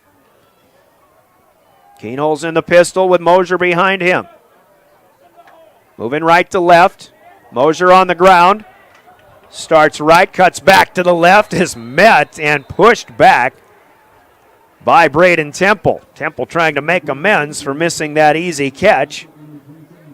And what would have been a long gainer or possibly a touchdown just a few plays ago. But Mosier, forward progress inside the 20, dropped at the 19-yard line for a gain of 4. But that'll be the last play of the third quarter here. The Governors do not score. Sturgis does. It was 7-0 at halftime. It is now 7-6 on the Gales Gas Service scoreboard, sponsored by Gales Gas in Pierre. Governors lead by 1. You're listening to Pierre Governor Football. Your official voice of the Governors is River 92.7, made possible in part by the help of our Pierre Sports marketing partners, who include Midco, Maher Law Office, Comtech, and Capital City Campus, as well as Guadalajara Mexican Restaurant, First Dakota National Bank, Kathy Sonnenschein Properties, Anderson Rumsa Dental, All Around Graphics, American Bank and Trust, Delta Dental, and Kelly's Retirement Home, your Pierre Sports marketing partners. 7-6 at the end of 3. We'll go to the 4th. The Governors, though, in good field position when we come back. 2nd and 6 from the Sturgis 19. In 30 seconds, you're listening to Pierre Governor Football. It's tough to buy a vehicle nowadays, isn't it? They're so hard to find. At Harry K. Ford of Winter, we will never buy a 2020-21 vehicle and then turn around and ask you, our valued customers, to pay more than what the vehicle cost brand new. Those other guys, they don't do that. Research your options, get a Carfax, and remember, we sell new vehicles way below MSRP because that's just the way we do business. Harry K. Ford of Winter. Family, friends, and Fords, always in that order.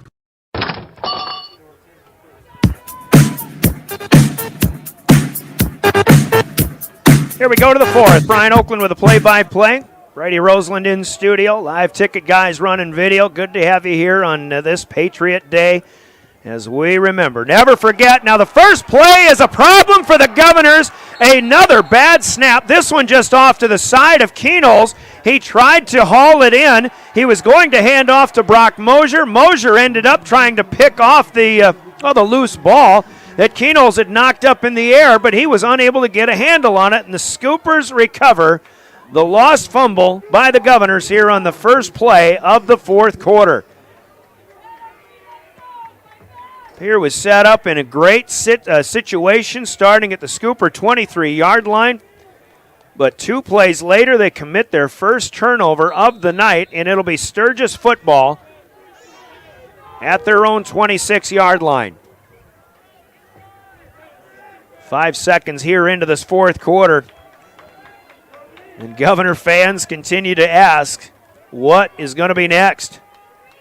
Here come the Scoopers, trailing 7-6. On the ground with Connor Burnt. Good gain here up across the 30. On first down, he'll be dropped at about the 33, it appears, which will be a pickup of 7. And second down and 3. Actually, let's give him the 34. That's where they have him in the middle of the field. 2nd and 2. Burnt's 20th carry of the night. Fairly quiet for the most part until that 34-yard touchdown. Now he's got 91 yards.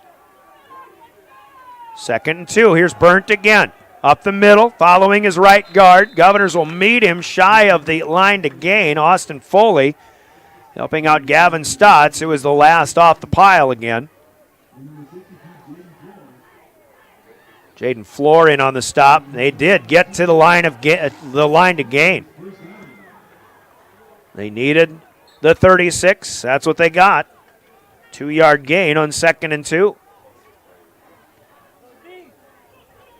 Scoopers right now, I tell you, if you're Sturgis, just keep running the football. If you can continue to do it effectively and keep the Governors from possessing the football. Even though that hasn't been really a bad thing for Sturgis. If Pierre's got the football, Pierre just continues to make mistakes on offense. Here's a nice quick throw to Hunter Harrison out on the far side. He has to the 40. That's a gain of 4 to be 2nd and 6, as again they continue with these little high percentage pass plays. Harrison's 4th catch tonight. 10:47 as the clock stopped with the play going out of bounds. It is 2nd and 6. Sturgis now has the wind at their backs. Cass asks for it, gets the snap, inside handoff. It's Burnt with a nice spin move off of first contact again. And he'll be fairly close to another first down, spotted up ahead of the 43 at the 43.5. We'll give them 3. It'll be 3rd and a long 2. Governor fans trying to get their defense fired up to make a play here. Far hash mark. Cass verifying with the sideline and whether they got the right play going here, and this is what they want. Burnt overruns on a high snap. Cass runs himself, and he's going to be close to a first down. He's got it across the 45.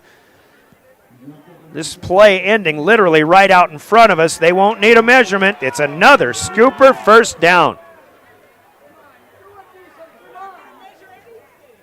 Here fans want a measurement, but they did get it to the 46. They went from the 26 to the 36, now to the 46. 1st and 10 again for the Scoopers. 9:45 we count down in the fourth quarter. Pierre clinging to a 1-point lead, 7-6.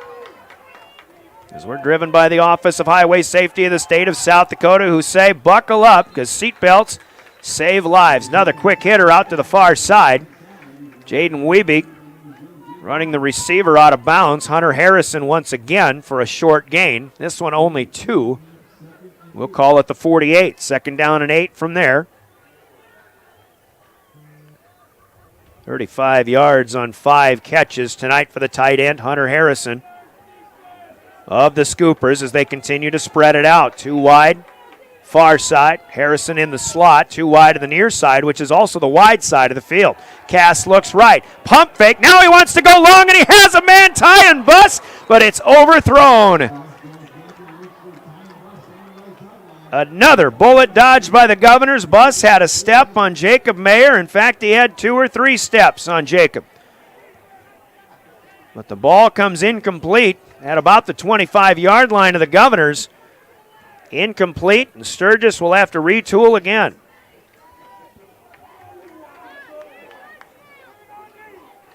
Kind of get the sense that Sturgis has been waiting a little while to pull that one out of the playbooks. Just a simple pump fake, but you get the defense to bite because of all of these short throws.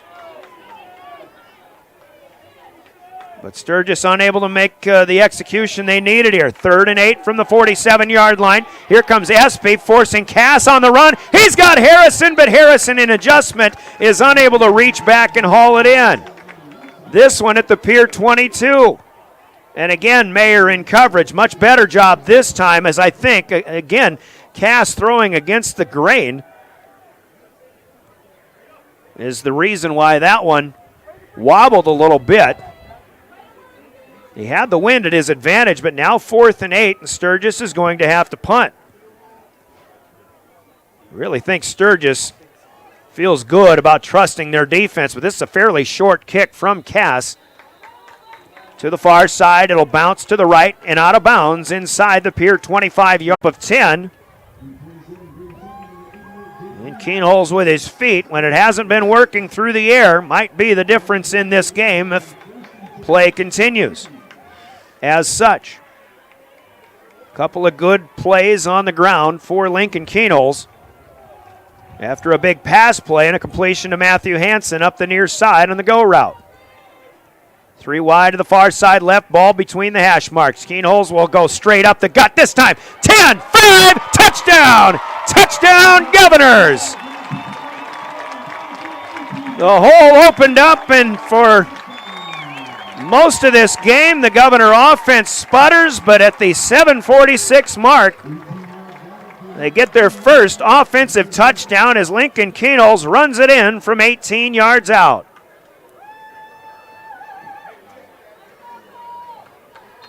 And the Governors and their fans, at least for the moment, breathe a little bit of a sigh of relief. Keenholz will hold the PAT. Good chase given by the Scoopers from Cole Peterson's left, but CP gets it up and through to tack on one. The lead is to 8 now. 7:46 to play. It's Pierre 14, Sturgis 6. Scoopers receive the kick when we return after a 30-second break. You're listening to Pierre Governor Football.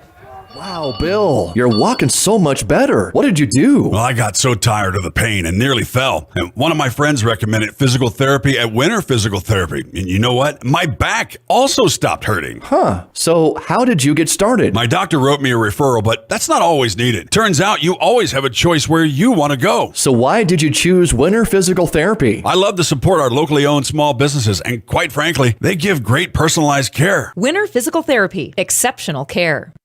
Limestone canyons, flowing waterfalls, and pristine beauty make Spearfish a sanctuary for those seeking the ultimate escape. Outdoor enthusiasts will find top-notch sport climbing, mountain biking, and UTV OHV trails. Guests are steps away from peaceful hiking trails and tranquil streams. Relax and rehash your day's adventure at one of our award-winning local breweries. Finding rest is an important part of any adventure. Lodging in Spearfish comes with a variety of choices, from cabins, B&Bs, and campgrounds to the comforts of your popular brand-name hotels. To find your unique adventure in Spearfish, go to visitspearfish.com now. And then that set up Keenholz 3 running plays. He gets 8 on one, 10 on the next, and the final play goes 18 yards up the middle as the Governor offensive line able to open the hole in spread formation. 18 yards to the house, Keenholz.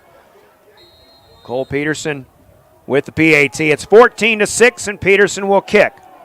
This one will come down at the 5-yard line, taken by Tyan Buss up the near hash mark. Good trip up, and we've got flags that'll be thrown. Look like a nice play. I'm not quite sure what the flags will be for here, but Lucas Jones in on the stop, unless maybe he leg whipped Buss to try to get him down.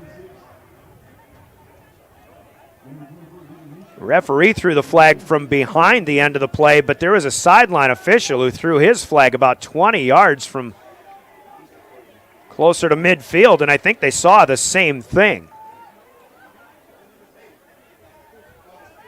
Problem is, we don't know what they saw. Right now, the flags are resting at the end of the play at the 24-yard line. Andy Deinert ending his discussion with his Striped mates. Chop block is what this is, a block below the waist, and that is on Sturgis, and that is a personal foul and a 15-yard penalty. So that makes that play even better from Lucas Jones, I think. I think he was the one who got cut. And it'll be Sturgis football after the penalty back at their own 12-yard line. 7:41 to go, fourth quarter. Scooper offense taking over here. Got to go to Connor Burnt, see what he can get on first down. If you're Sturgis, that's what they do, but Austin Foley will run him down in the open out on the Scooper right side. And, in fact, a loss of a yard back to the 11-yard line. So Foley, who played a great game defensively against the Mitchell Colonels a week ago, haven't called his name an awful lot here tonight, but makes a big play from the linebacking core here. 2nd and 11. Scoopers huddle up. They don't need to hurry yet, but they do need to sustain this possession more so than any possession that they've had all night long. Now trailing 14-6. In the pistol, fake the handoff. Cass spins and turns and rolls. He's got his man on the far side, but a short gain as Jaden Wiebe makes the stick. That's Tyan Buss with the receive up to the 14-yard line. Pickup of only 3. And it'll be 3rd down and 8 for the Governors. Buss's 3rd catch, but only 9 total yards. Play goes out of bounds, so the clock stops. 6:51 to go here in the fourth quarter. Sturgis lost 52-0 to T-Area, the number 1 team in the state, a week ago. And as a hard count is asked for by Cass, a timeout will be taken instead by Chris Koletsky and the Sturgis Scoopers. 3rd and 8 and a big spot in this one for Sturgis when we come back after a 60-second break. Timeout's brought to you by Coca-Cola Bottling of Pierre. It's 14-6. Governors back in 1 minute on River 92.7. The Golden Buffalo Casino at Lower Brule is proud of our area youth for their competitive spirit and participation in the various high school activities. It takes dedication and commitment to be the best you can be. It's all about sportsmanship and not whether you win or lose, but how you play the game. The Golden Buffalo Casino is your winning destination for great food and more ways to win, more often. Our youth, our future. We at the Golden Buffalo Casino say thanks for all you do. Join the team and take on your legacy. The benefits are of becoming a Owyhee Federal Credit Union member? At Owyhee Federal Credit Union, we reinvest profits in you. We do this in the form of lower interest rates, higher dividends, and low to no fees. So come check us out or come in at 221 East Pleasant Drive in Pierre, because at Owyhee Federal Credit Union, we treat our members like they own the place because, well, they do. Owyhee Federal Credit Union.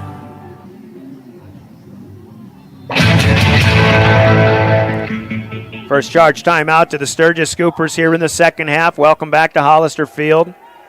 Nail biter here for the Pierre Governors and their fans. 14-6, but Sturgis with a 3rd and 8, still deep in their own territory. Here come the Govs, and Cass is wrapped up, and he'll be brought down.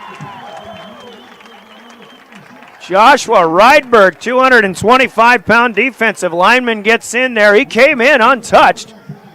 And the junior gets a big quarterback sack all the way back to the 5-yard line. Sturgis has no choice but to punt it out of there on a loss of 9. Second sack by the Governors tonight. Owen Cass has had some good boots tonight. He'll need a big one here out of his own end zone. They're going to throw out of there. Gutsy play, and it's caught at the 10 to the 15 to the 20. And the spot is the difference. They need to the 21-yard line, maybe the 22. Pass is caught by Tanner Ortlieb from Owen Cass, who, of course, is the quarterback. They're spotting him at the 21-yard line, and it looks like he needed the 22. What a play call by the Sturgis Scoopers. They're going to measure just to make sure. And whether that was recognition by Cass, seeing that Ortley maybe have been uncovered. But Cass decided to throw the football. They've got him spotted at the 21-yard line, a gain of 16. Scoreboard says 4th and 16, but the measurement is going to make the difference. I really don't think they have it, and they don't. They're a full yard short. Ortlieb seemed to think he had it when he got up. Maybe I don't think he liked the spot. And again, Sturgis, hey, this is a team with nothing to lose. They've played outstanding football all night long. Why not? Take a gamble. 16 yards, but they really did need 17. Sturgis will turn it over on downs. The Governors have a short field with which to work. 6:09 to play now, and they've got it at the Sturgis 21-yard line. Keenholz, who ran 18 yards for a score, his last touch, will keep it again. Braden Temple will bring it down inside the 15 to the 13-yard line. Sturgis all night long offensively is stuck with what works. Little short passes. And then they made the Governors pay with some longer passes and actually a long run. But now the Governors are the team that's going to probably try to do whatever they can to stick with what works. They'll spread it out again. Keenholz is going to wait for the back judge to start counting seconds here. Clock running, under 5.5 minutes to go. Keenholz now, another keeper, up the middle. Sturgis covers it up. Keenholz with 1 to the 11. Now we'll give him 2. Lincoln now 6 carries and 44 yards unofficially. But that was good enough. The 2 he needed to get a first down to the 11. They did start at the 21 rather than the 20. So 1st and 10 from the 11. And, of course, Pierre right now just wants to chew as much of the time off of this clock as they can. Unless they punch one in for 6. They lead 14-6 on a night that just has not been a typical Governor football night. Keenholz makes a move to the left. He cuts back up the middle of the field. He's inside the 5, diving down to the 4. And a pickup of 7 on first down. It'll be 2nd and 3. And again, for Sturgis, now they pretty much know what's coming, but a little bit tougher to stop when the Govs are spread out. On these deep handoffs out of the pistol to Brock Mosier, Sturgis defense able to recognize and make the plays, but the Pierre offense just opening holes long enough, and Keenholz doesn't have to hesitate. He just takes off and runs straight up the middle. He did that for 18 yards and a touchdown on the last possession. Now a sweep coming here, trying to turn the corner, but nowhere to go. Mosier once again wrapped up. And the sideline official looking at the blocking of Cade Kaiser, trying to work with against Aiden Hederman. In fact, Mosier on the sweep, no gain, is stuck at the 4-yard line. So still a tough night for Brock Mosier running the football. It'll be 3rd down and 3 from the 4. Pierre can get a first down without getting a touchdown. Keenholz up the middle, lowers his head, close, touchdown! We could see the seam that he went through, just a tiny crease, but just all he had to do was lower the shoulders and get low. And Keenholz is able to dive across the goal line for an apparent touchdown. Officials are still trying to sort it out, but the near side official raised his hands. And now it is confirmed. Touchdown, Governors. 3 yards, make it 4 yards out for Lincoln Keenholz, his 2nd rushing touchdown here in this 4th quarter. The Governors up the lead to 2 scores now. They lead 20-6 as Cole Peterson will try to add one more. Sturgis almost got to the last one. We'll see if they bring a rush here.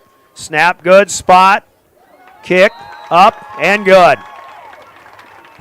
So the Governors holding Sturgis on defense. Sturgis went with a gutsy call, came up a yard short on a fake punt. Pierre goes 21 yards On 5 plays, and Lincoln Keenholz puts them up 21-6. We have 3:26 to play on a Saturday night. High school football back in 30 seconds for a Pierre kick. You're listening to Governor Football. Since 1862, the South Dakota Army National Guard has been ready to defend our freedom and our way of life. When our nation calls, we are there to help our friends, neighbors, and communities in the event of forest fires, floods, tornadoes, and severe winter storms right here in South Dakota. Now we want you to write the next chapter in our rich history of the South Dakota Army National Guard. Visit their Facebook and Instagram pages or nationalguard.com/SD. The Pierre Fire Department has a strong and proud history. Back at Riggs High Gym, once again, Sturgis from their own 5-yard line try to fake punt. Throwing to an uncovered receiver. They needed 17, they got 16, and it was a great play call, but the Governors just got there defensively in the nick of time. They take over at the Scooper 21-yard line. And for some reason, Sturgis has been penalized 5 yards, and 15 yards, and Cole Peterson's going to kick this one off from the Sturgis 45-yard line. Not sure, didn't see what happened. Something maybe on that on the kickoff. That's a third 15-yard penalty marked against the Scoopers here tonight. See what Peterson elects to do. But again, 5 plays, 21 yards, 2:33 off the fourth quarter clock. Lincoln Keenholz from 4 yards out with a Cole Peterson kick. Cole is going to try to kick this one through the uprights, and it's good, but it doesn't count for anything. 3:26 to go. Sturgis now trailing by 2 scores. This underdog team has played very valiantly tonight, but obviously the deck is stacked against them now as they'll have it 1st and 10 from their own 20. Just 3:26 to play, as we mentioned. Started talking about it earlier. Sturgis lost 52-0 to T-Area a week ago. T-Area runs a completely different offense than what the Governors do, and they're probably a lot bigger up front than Pierre. But it was an offense that Sturgis really had a hard time stopping. Meanwhile, Sturgis against the Governor pass, first of all, they've stopped the run for the most part this evening. And against the pass, they've made a lot of great plays too. And the Governors have just made a lot of mistakes tonight. Not a typical Governor game. Here's a quick throw out to Braden Temple, far side, but he falls down after making the catch. He'll get 4. 2nd down and 6 at the 24-yard line. Temple's 3rd catch. It was one of the things I talked with Coach Koleski about in our pregame conversation. This pass incomplete. Is he looking either for Leitenberg or Temple? Cass throws in between both of them. Out in the pattern on the flat far side. 3rd and 6. But the way I had mentioned it, it seems like every team provides challenges in terms of matchups. Obviously, the Governors are a challenge, a matchup challenge for Sturgis, but what I referred to T-Area as was more of a matchup nightmare, something Sturgis really wasn't prepared for. Well, tonight they were prepared. Defensively have played just a great ball game, but now Pierre has a 21-6 lead. 3rd and 6, Cass rolling to his left, near side coming towards us, throws across the body. Keenholz almost had a one-handed pick. Looking for Buss at the 40-yard line. Keenholz, who had a one-handed pick that was ruled incomplete a week ago, unable to haul this one in, and now Sturgis got to make a decision. And again, not really anything to lose here. Looks like they're keeping their offense on the field. And they will go for it. 4th down and 6.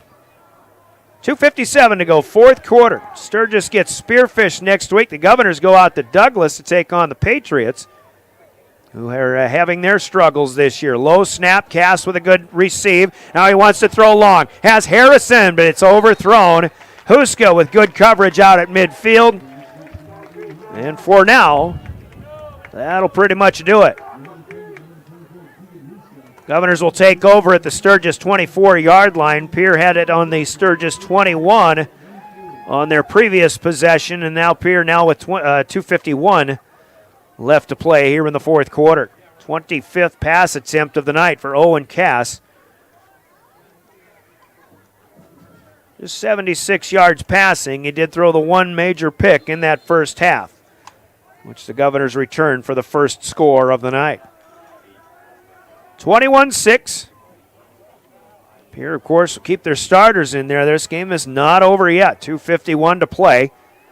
Lincoln Keenholz will start in the pistol. Pierre had some bad snaps in the first half, but it's been a lot better so far here in the second. This is a good snap, but the play won't happen. We have a flag thrown by the umpire in the middle of the field. You don't see pre-snap penalties thrown by that guy very often, but he did see somebody flinch on the Governor line. It'll be a false start. So Pierre will be pushed back to a 1st and 15 at the 29. 12 penalties a week ago. This is the 7th marked off against Pierre this night. 1st and 15, play action. Keenholz is looking to throw, rolls to the right in the middle of the field, throwing for Kaiser. Just over the, or just out off of the outstretched fingertips of Cade Kaiser. Kaiser made a good effort. Couldn't quite get to it. It'll be 2nd down and 15, and that was Keenholz's 25th pass attempt of the night. Got him at 182, but 69 of those yards were on his last 2 completions. 2:44 to go. Keenholz gets the snap. It's a pitch back here to Mosier, trying to give him a little more space to make him move. Flag is thrown behind the play. Mosier turns the corner at the 30, but is brought down at the Sturgis 27 for what would be a 3-yard gain, but Pierre is guilty of a hold in behind, and this flag is thrown all the way back at the 33-yard line. That's 4 yards behind the line of scrimmage. And the assuming it's accepted, that's where they're going to decline. Interesting choice here. Sturgis, I think, is more concerned about getting the football back as soon as they can, so they'll take the result of the play. It's still 3rd and long, but it's only a 2-yard pickup to the 27. 3rd down and about 12. Line to gain will be the 15-yard line. Got to say, I'm really surprised they declined that penalty. They could have had a 14-yard mark-off with that play happening behind the line of scrimmage. Keenholz claps once. Sturgis flinches on both sides, but they don't cross that Mendoza line. Now, snap and clap again. Keenholz looks left, out in the flat, far side. Hansen has it. He gets a block. Spins at the 20, and Sturgis takes the football away. Hansen battling for yardage, and the defender out there, if that's Burnt or maybe Tanner Ortley, they just stripped the football away from Matthew Hansen as he battled for extra yardage. So Sturgis makes another fine defensive play, the 2nd fumble lost, and it will be Sturgis football, as the ball is spotted at the 28-yard line. Hansen looked like he had about 6 yards or so, but the Governors lose it on a fumble. So the Scoopers in a tough spot, but still alive. 1:59 to go. 1st down from the 27, out to Buss, but that one misfires. It's wide and out of bounds. 2nd down and 10 from there. A lot of passing in this ball game, so we've had a lot of play stoppages with all the incompletions. Sturgis won't mind. They gain an hour going back home with 1:55 left here, 9:30 on a Saturday night. 21-6 Governors. They have the lead by 2 scores, but certainly have not felt that comfortable all night long. Cass, pump fake, now throwing a floater over the middle. Harrison has it at midfield. He loses it, or did he lateral to Tyan Buss, and Buss is gone for a touchdown. Harrison caught the over-the-shoulder catch. The question is, was that a forward or backward lateral, or do you have a hold way back here? Oh, terrible break here for Sturgis. Cameraman saw it. Way to go, Joe. What a play called by the Scoopers, and whether that was by design. Harrison to bus. 73 yards, but wipe it away. It's coming back. A holding penalty called against the Scoopers. They started that with another pump fake. But the penalty will mark them back inside the 20, back to the 18-yard line. Pierre had an 84-yard touchdown pass negated by penalty in the first half. 6 penalty on the Scoopers, and this one hurts. Minute 40 left on the clock. Now Sturgis has to call a timeout. They'll have second and long after this Coca-Cola break in the action. Pierre leads 21-6 with 1:40 to go. In regulation, we're back in 1 minute. This is Pierre Governor football. Of volunteering for our community since 1881. We have some great men and women who are serving our community, and we are always looking for more quality volunteers. No experience is necessary, as we provide training locally. If you are looking for the next adventure and an opportunity to serve your community, volunteer today. It's as easy as calling 605-773-7401 to get started.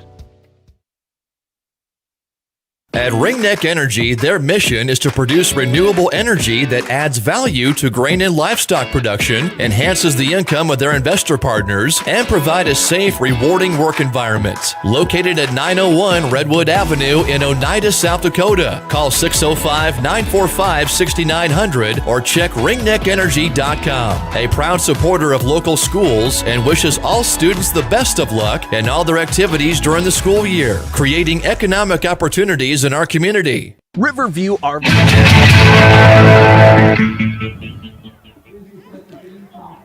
Sturgis with a big play that will be negated because of a holding penalty. They call their second timeout here in this second half. It's 2nd and 25. They've got it at the 13-yard line. Cass rolling, has to get rid of it with a good rush by the Governors. Chance Sarda is there, and Lucas Coleman giving chase as well. Big D lineman. Pierre's defense really tightening, as well as Sturgis has played. Yeah, Pierre has bent a few times. They bent on that long one a little bit, but got some help because of the holding penalty. Actually, the ball at the 18 here. 3rd down and 25. Can't say enough about what Sturgis has done here tonight, how well they have played against a big, heavy, as a heavy underdog. Cass throwing up the far sideline. This time is looking for Leitenberg, but he had to throw that one under a lot of duress, and it'll fall out of bounds. Leitenberg, I don't know if he saw it coming. Governors had Noah Williams out there in coverage as a defensive back. Now 4th down and long. 4th and 25. We'll see if Sturgis goes for it again with 1:34. Of course, we know the Govs have been susceptible to big plays over the top. Mitchell got one late in the game last week. Of course, Harrisburg did what Harrisburg does. Before that, the Scoopers are going to take their final timeout of this second half. 21-6 with 4th and 25, staring them in the face from their 18-yard line. One more, 1 minute timeout. You're listening to Pierre Governor Football. Overlooks Lake Sharp on the Missouri River. They have all the amenities from full hookups, laundry, showers, dog park, play area, and free Wi-Fi. There's no need to drive across the country. When here in central South Dakota, you can find some of the best fishing and the most spectacular sunrises and sunsets. Call us today at 605-280-6266 or reserve your next camping spot online at briggsrvpark.com. Make Riverview RV Park your home away from home experience. Service Master of Pierre is your go-to service experts for a wide variety of cleaning needs. Since 2003, we have developed the most effective methods and products to service virtually every type of industry. We're known for our exceptional carpet and upholstery cleaning, but did you know we also offer cleaning of all types of flooring, along with providing fire and water restoration, commercial cleaning, janitorial services, and construction cleanup. Service Master of Pierre is a proud sponsor of TF Riggs, Governors, and Lady Govs, as well as Stanley County Buffaloes and Lady Buffs activities. Back at Hollister, here comes Sturgis on 4th and long. They need a big one. They throw over the middle, but they'll lateral again. Hook and ladder. Braden Temple breaks a tackle. He'll lateral one more time, and Sturgis has a first down out across the 40-yard line. 2 laterals.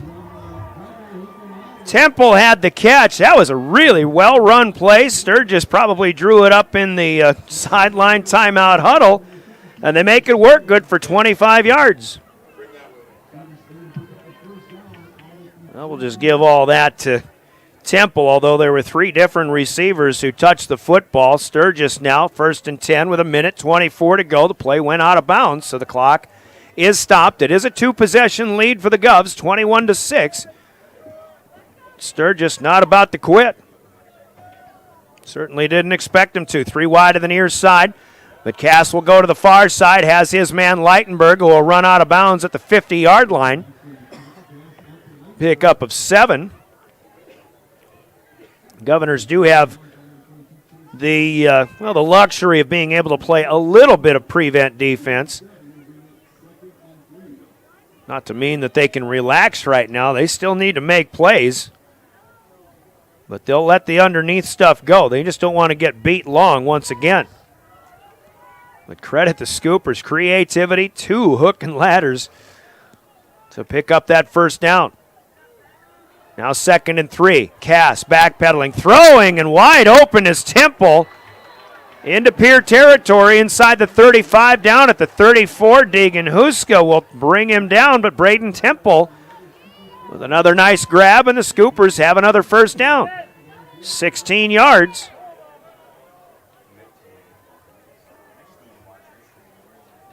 Temple's 5th catch of the night. 1:05 to go. Cass now looks and rolls to the right, throws over the middle, single coverage, and this is picked off. And the Governors will seal the deal on an interception at the 10-yard line by Lincoln Keenholz. Was that Keenholz or Mayer? 3? I think they said Keenholz. Just playing center field, and Lincoln goes up and pulls it in. That'll do it, as the Governors have it, 1st and 10 at their own 9-yard line. Second turnover by Sturgis tonight, both on interceptions by Pierre. The first one went to the house. The second one is going to put a nail in the coffin. 57 seconds to go. Sturgis out of timeouts, a couple of kneel downs, and the Governors will improve to 2-1.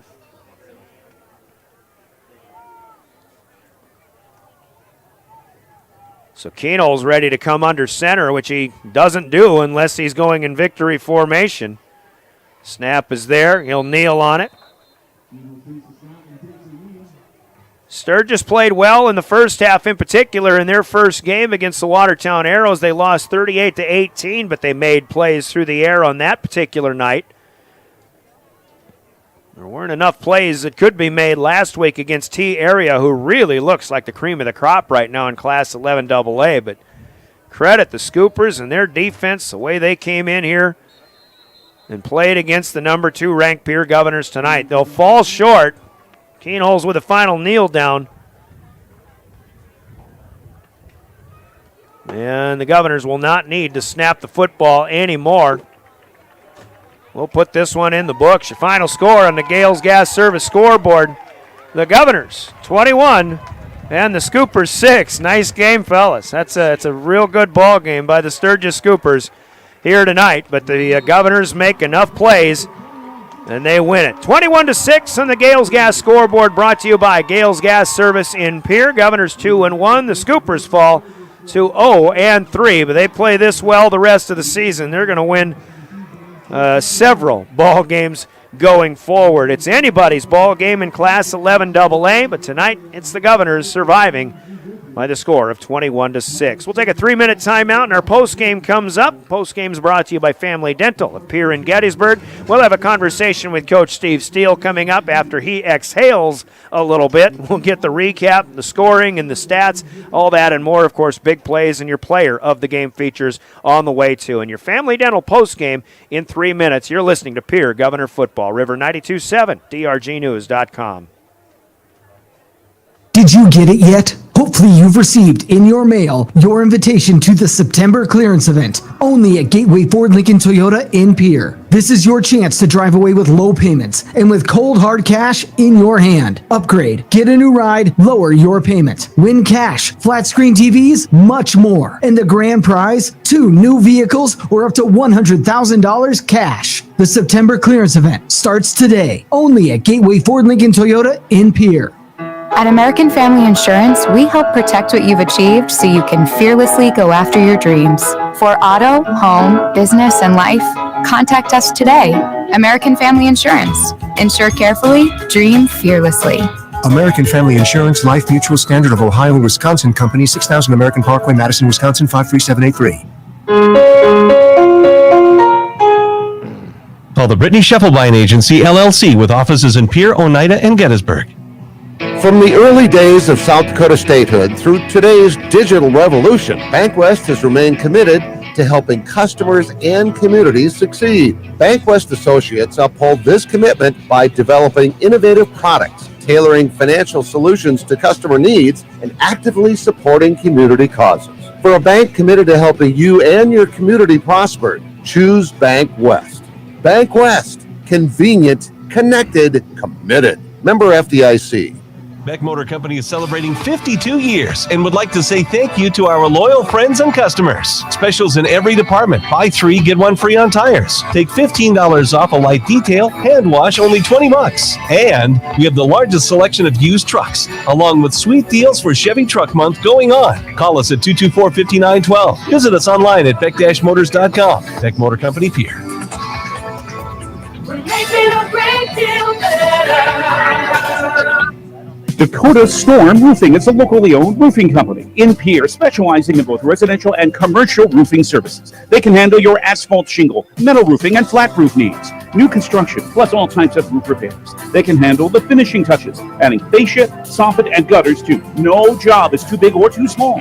For a free estimate, call Dakota Storm Roofing at 280-9794. Go to dakotastormroofing.com or find them on Facebook or Instagram. Hey, DQ fans, the Chicken Strip Basket is the ultimate dream team. It's loaded with crispy, all-white meat chicken strips, golden fries, Texas toast, and your choice of dipping sauce, including everyone's favorite, house-made Hidden Valley Ranch. This creamy ranch and chicken dream team is waiting. So come in and make your delicious dreams a reality today. Only at your DQ. Happy tastes good.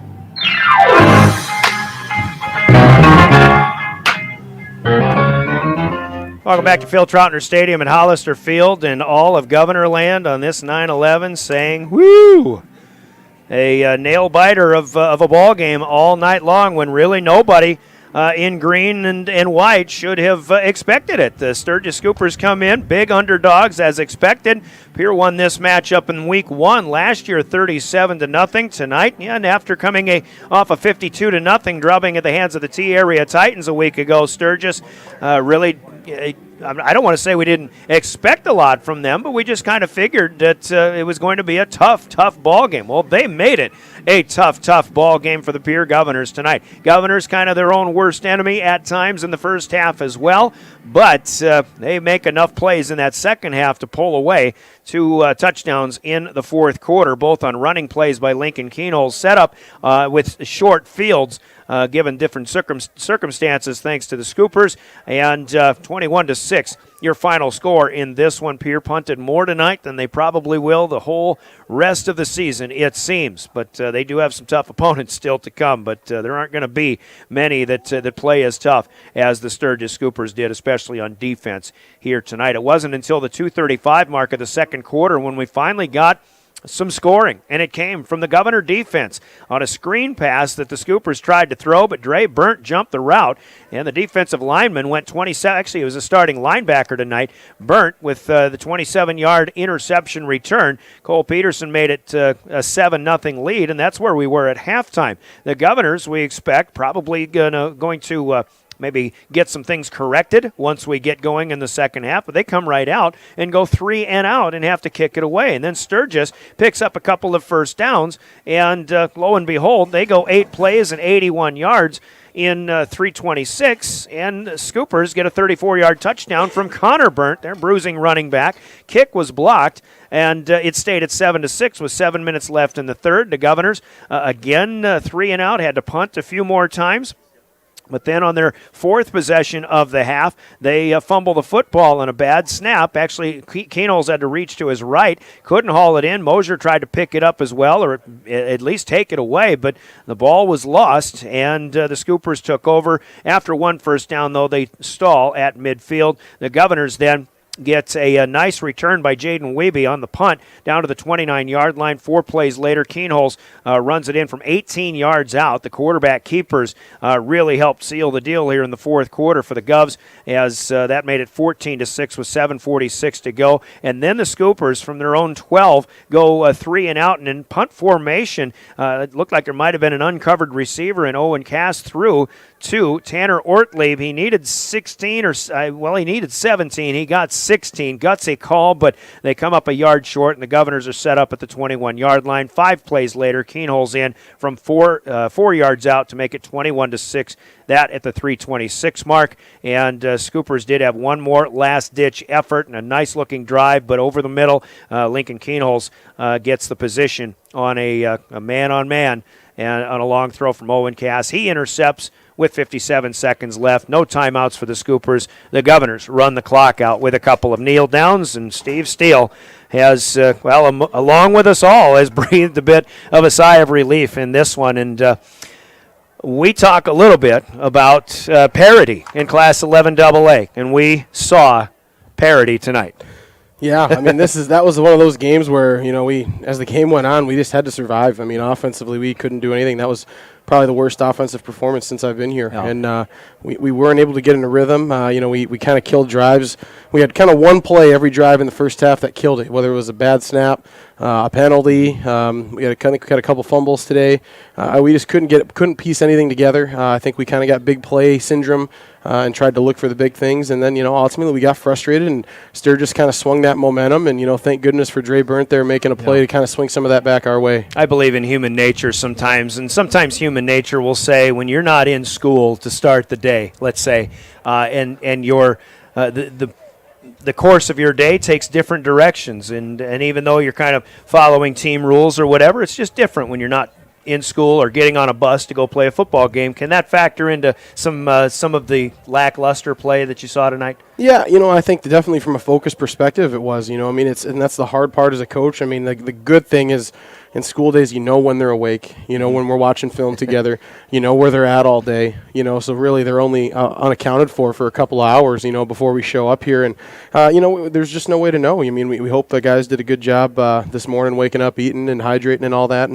But the focus wasn't there today, offensively especially. And, on defensively, I thought we played outstanding, but even the energy, I think, was just lackluster all across the team today. Let's go into halftime, and you don't have to tell us what we don't need to know or what isn't for our ears to know necessarily in the halftime conversation, but what was the mindset of the kids at halftime, knowing that they'd underperformed and just had only a 7-0 lead? Yeah, a lot of it was just frustration, and I think that's part of, our experience or lack thereof showing, I mean, these guys haven't played in a lot of these situations and a lot of these close games. And, a lot of times, especially on the offensive side of the ball, it's rhythm. We're looking to get in a rhythm, get some momentum and build some of that. And when you don't get it, it's very frustrating. But, we've got to learn how to push through those moments a little bit better and just continue to find it. And, defensively on the same side, we're playing great, but we're not adding to that momentum. We're not building the energy.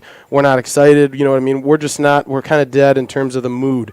So, both sides of the ball needed to be better with that, but the execution definitely has to be the better part on offense. Yeah, and it was a bend but don't break, but a good effort, I thought, on defense outside of just some really good play by Sturgis. But I got one more question on offense, if I remember. But another thing about, it's about the completion percentage in the passing game. I mean, that wasn't what we have seen. And Lincoln's overthrowing people that we aren't used to seeing as well. And, maybe some concerns, but I know those things will get better in another week. Yeah, and, that's we kind of talked about this in the beginning of the season. We're kind of with what the style we're doing on offense is we're going to have games where everything's working, everything's on, the balls are all spot on, and everyone's catching them. Then we're going to have days like tonight, or we could have days like tonight where throws are a little high, ones that are there are hitting the hands and not quite getting secured, or we're just missing an assignment up front that are flushing them, So I hope and I think that this was probably the worst case scenario on offense in terms of all that, and hopefully, we've got to get better. We've got to improve next week. Yep, and again, bend but don't break on defense. Talk about the defensive effort that was able to, in a lot of cases, save this game for you. Yeah, well, there's no doubt the defense won this football game for us. They won 7-6 and got us a couple short fields that we couldn't screw up tonight, so that was good. But I said they just did a really, really good job with their assignments. They were really impressive from Sturgis' end that they were just content to take those 4- and 5-yard passes. It's a very hard thing for people to do, coaches and quarterbacks, and they had that patience to do that, and then they had that patience to really stick with their run game, and then that's what they eventually busted open, that one big running back where he broke the tackle and got it through. So good game plan by those guys and a great job by our defense just continuing to not give up that big play. I think that was our big talk, me and you the last couple weeks is, that's what our defense has kind of been susceptible to, and we didn't have that today. So they did an outstanding job on that, and I would say the big play went to us. The Sturgis offense, though, it kind of lulled you to sleep, and given a couple of pump fakes, they make you bite, and they almost got you over the top. They had a penalty, like we had a penalty to negate long touchdowns as well, but I just can't say enough about the effort of a huge underdog coming in here and the way they played, and they're going to win some ball games this year, no doubt about that. Oh, yeah, absolutely. I said that you got to give your hats off to not just the coaching staff for, putting that plan together, but they were a physical team. They came out and they hit us, and they were the aggressor there for, probably the better part of half of that football game on both sides. Even that drive, we get the ball to start the second half, go 3 and out, and then they methodically take that.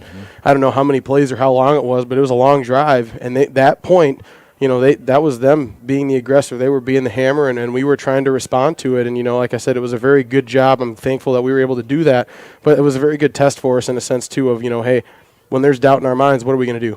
You got slapped quite a bit tonight, punched in the mouth, and by a team that you're favored against. Next week you go to Douglas, and that's going to be a team that's another struggle. But now you know that you can't play poorly for 48 minutes of football, and go out and take care of business the way you're supposed to. Yep, and this is one of those games where again these are lessons that we've got to learn in wins. We can't afford to try and learn this lesson again, because it won't necessarily have the same result. So, we've got to realize we're all human, and we've got to, continue to work hard and do everything right all the time. Not just show up when we want to show up and show up for the big games. We've got to do it all the time. But a win is a win is a win, and you'll take it. And we'll see you in Box Elder next Friday night. Sounds good. All Thank right. you. Good win nonetheless. 21-6, Governors and Coach Steve Steele defeating the Sturgis Scoopers tonight. We've got plenty more to talk about. Let's take a 2-minute break. We'll regroup, and we'll give you the stats that we have in this one also. And we still have big plays in your player of the game on the way in our Family Dental postgame show. This is Pierre Governor Football. There's one place to watch Pierre Governors sports online, and that's liveticket.tv. GoGovs Live is where you can find Pierre Governors sports online. And the folks at Live Ticket thank all of the sponsors that help make sure this all brought to you for free. And if you'd like to sponsor Pierre Governors sports, just call Live Ticket at 833-605-LIVE. That's 833-605-LIVE. Pierre Governors sports. Watch them online with Live Tickets. Chances are you're overlooking a big energy thief in your home or commercial building. The Garage Doors. But Overhead Door Company of Pierre can help stop that energy waste with a full range of insulated, weather-tight garage doors. Their residential garage doors give you insulated performance at an uninsulated price. And their Thermocore insulated steel doors give commercial buildings the energy efficiency they demand today. Find out more. Call Overhead Door Company of Pierre at 1-800-649-9905 and put a stop to the garage door energy thief. Have you looked at your retirement accounts lately and wondered, what are my expenses? Why do I have these holdings? At Ranky Gray Wealth Management, our team of advisors will provide an in-depth look at your portfolio and open the doors to these questions. There's no better time than now to review your financial future. Call me, Scott Nye, or visit rankygray.com and let's get on track today. Securities offered through LPL Financial, member FINRA SIPC. Investment advice offered through GWM Advisors, a registered investment advisor. GWM and Ranky Gray Wealth Management are separate entities from LPL Financial. Your cancer care should be as unique as you are. At Avera Breast Center, our team of experts create a treatment plan that will work best for your type of cancer, using the latest screening, radiation, and surgical techniques. You also have access to holistic approaches to help with side effects, and a 24/7 call center for answers to your cancer questions when you need them. Learn more at avera.org/breast or by calling 855-697-2592.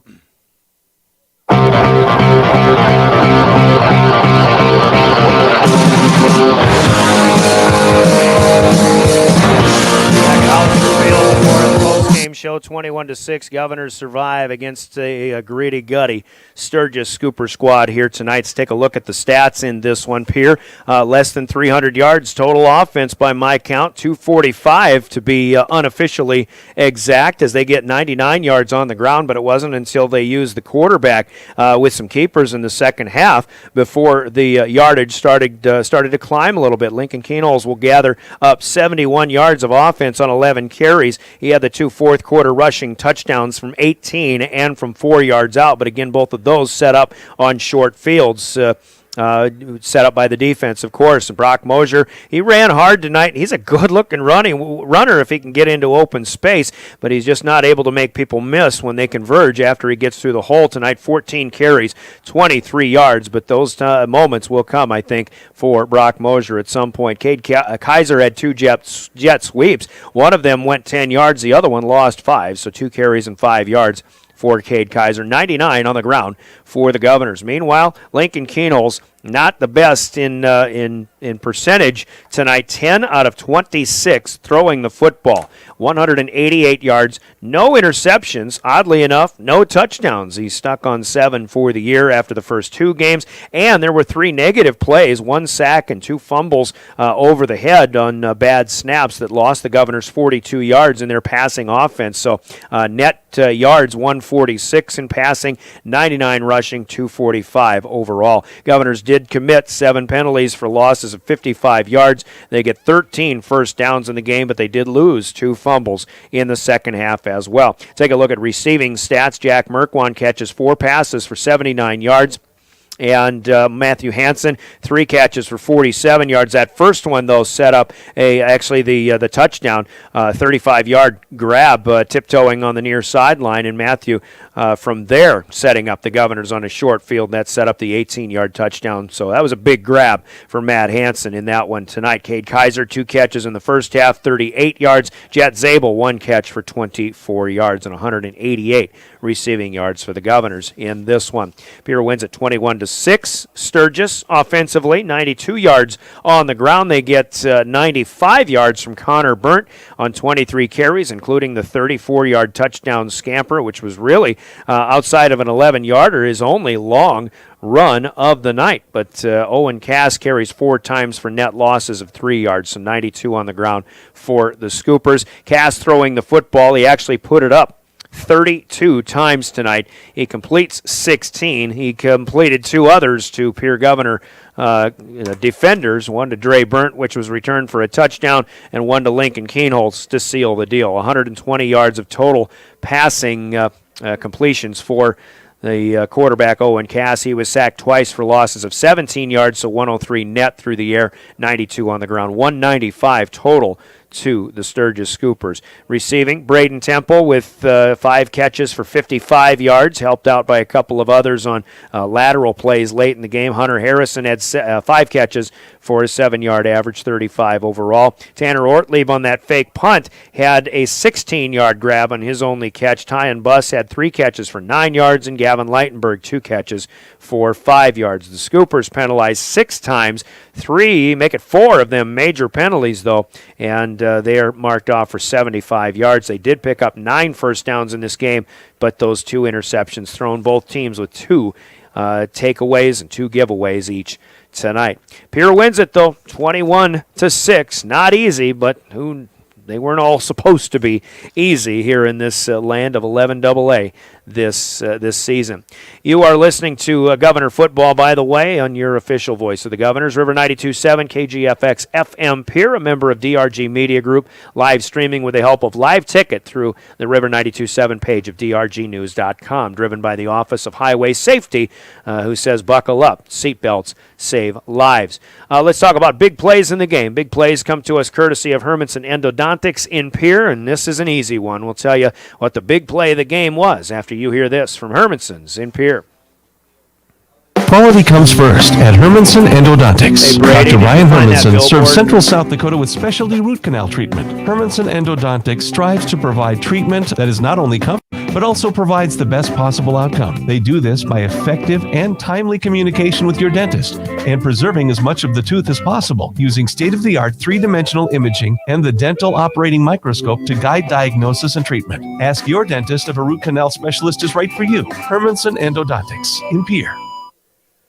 Hermanson Endodontics with big plays of the game, and sure, there were some plays that were made all over the field, but the only play that really mattered, I think, had to be that 27-yard interception of a screen pass from DeAndre Burnt as he returned it 27 yards for the score in a game where the Governors had 5 offensive possessions. They're not going to go 5 offensive possessions against hardly anybody, 11 AA or AAA this season, but they did and went 5 possessions and punted on every one of them. They did have one 12-play drive early on, but just a futile offense and a mistake-prone offense tonight. But when the defense came up big with 2:35 to go in the first half, the Governors led 7-0, and at least they had some semblance of a little bit of control in this football game. So that play, that defensive touchdown for Dre Burnt, 27-yard pass, pickoff of a screen pass and return for the score is tonight's Hermanson Endodontics big play of the game. So great job by Dre, and that'll lead us right into the naming of tonight's player of the game, which also, in my opinion, is, there's a couple of possibilities. We'll outline those, but we'll make it official when we come back. Player of the game sponsored by Cowboy Country Stores in Pierre and Fort Pierre. Let's hear from them. This is the Governor postgame. Anytime is a good time for Cowboy Country Stores in Pierre and Fort Pierre. Fill up your tank and your stomach. Head to the campground, fish the waters, back to school shopping, wherever you're headed. Cowboy Country Stores are ready for you. Feed the family while on the go with delicious foods. Breakfast starting at 5 a.m. Fresh baked pastries, coffees, regular and breakfast pizzas, convenience with a capital C. Cowboy Country Stores and Champ's Chicken on Euclid and Harrison in Pierre and in Fort Pierre.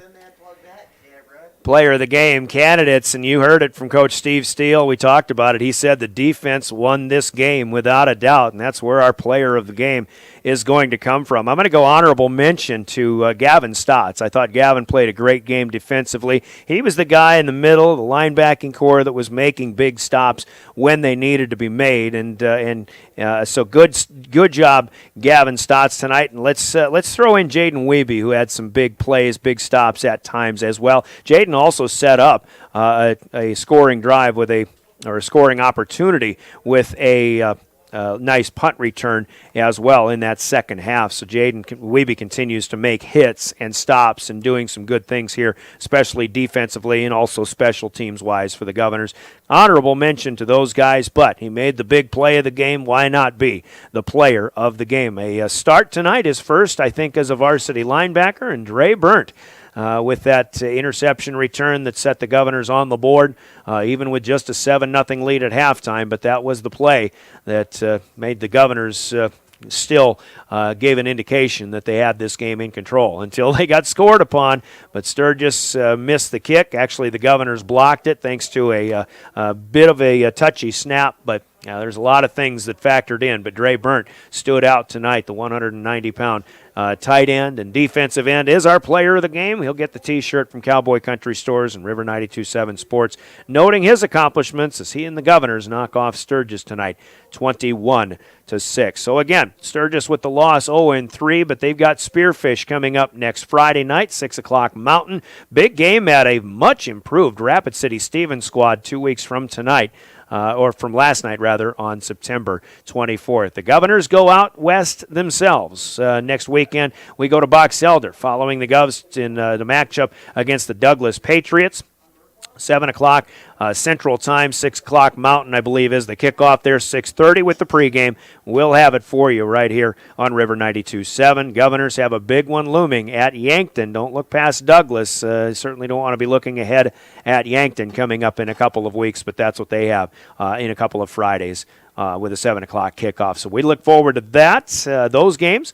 Also looking forward to Pierre Governor Volleyball, who won 2 matches this weekend, beat Sturgis in straight sets last night, beat Spearfish this afternoon on River 92.7, and didn't give up a lot of points in that one, 11-13-13. Good win for the Governors over Spearfish. But it gets real on Thursday night when they go to number 2 ranked Sioux Falls, Washington. 6:30 pregame. We'll have the first serve at 7 o'clock from Washington High. Lincoln comes to town here a week from today, and we'll have a 2 o'clock afternoon pregame, 2:30 with the first serve. So 2 big matches coming up for Governor Volleyball, who is now 7-0 for the first time since 2007. Also, games coming up for soccer. They played at Brandon Valley this afternoon. They'll go to Brookings on Thursday for their only matches, boys and girls, in the week ahead. Competitive cheer and dance also at Brookings in their next competition, which will be a week from today, starting at 11 o'clock. Cross country goes to Huron next Saturday. Boys golf is at Brookings on Monday. They've got a tournament at Mitchell on Friday in this week ahead. And Governor girls tennis as at a Huron quad today. They played, will be at Aberdeen next Saturday in their next action. And don't forget about Minnesota Vikings football. The season opens tomorrow on our country sister stations, 94.5, 100.5 KPLO, and 100.7 up FM up north, KMLO. Vikings at Cincinnati to take on the Bengals to open the season. 11 o'clock pregame, 12 o'clock kick on those stations of DRG Media Group tomorrow. Once again, quick rundown of scores. It was T Area defeating Huron today by the score of 36-0. Aberdeen Central, as I need to get to the scores, did get a win over Mitchell, 33-14. And here in 11 AA, the Governors defeating Sturgis 21-6. In 11 AAA today, Sioux Falls, Washington over O'Gorman 24-0. Brandon Valley in a tight win over Sioux Falls Roosevelt 12-7. And in 11B, one game as winner goes out to Rapid and handles St. Thomas More 54-7. The Warriors right now look kind of untouchable. They've beaten Bridgewater Emory Ethan. They beat St. Thomas More, who is down a little bit this year, but Winter looks to be the cream of the crop. Kind of wondering if Mount Vernon Plankinton isn't one of the better teams other than Winter in 11B. We'll find out later on this season. All the scores, well, that's what we've got for you. In volleyball, once again, along with the Governors, defeating Spearfish in straight sets. Mitchell beat Huron in 4 sets, and Aberdeen beat Sturgis in 4 sets as well. I want to thank the boys of Live Ticket for running the camera angles from all over Hollister Field tonight and giving us the live stream at drgnews.com, the River 92.7 page, and also for Brady Roseland for running the show in studio, technical direction. I'm Brian Oakland for Governor Sports, your official home of the Governors is River 92.7 and the station and the website of DRG Media Group. Until we meet with you again on Thursday night, our next broadcast, Governor Volleyball at Sioux Falls, Washington. Friday night, Governor Football at Douglas. And then Saturday, Governor Volleyball hosting Sioux Falls, Lincoln. That's the schedule ahead. We are your place for Governor Sports. For Brady Roseland and for the South Dakota Office of Highway Safety, remind us as they celebrate being a part of a team, they always say buckle up. Every trip, every time, seatbelts save lives from the South Dakota Office of Highway Safety. I'm Brian Oakland. We never forget 9/11, 20 years later. God bless. Have a great rest of this weekend, everybody.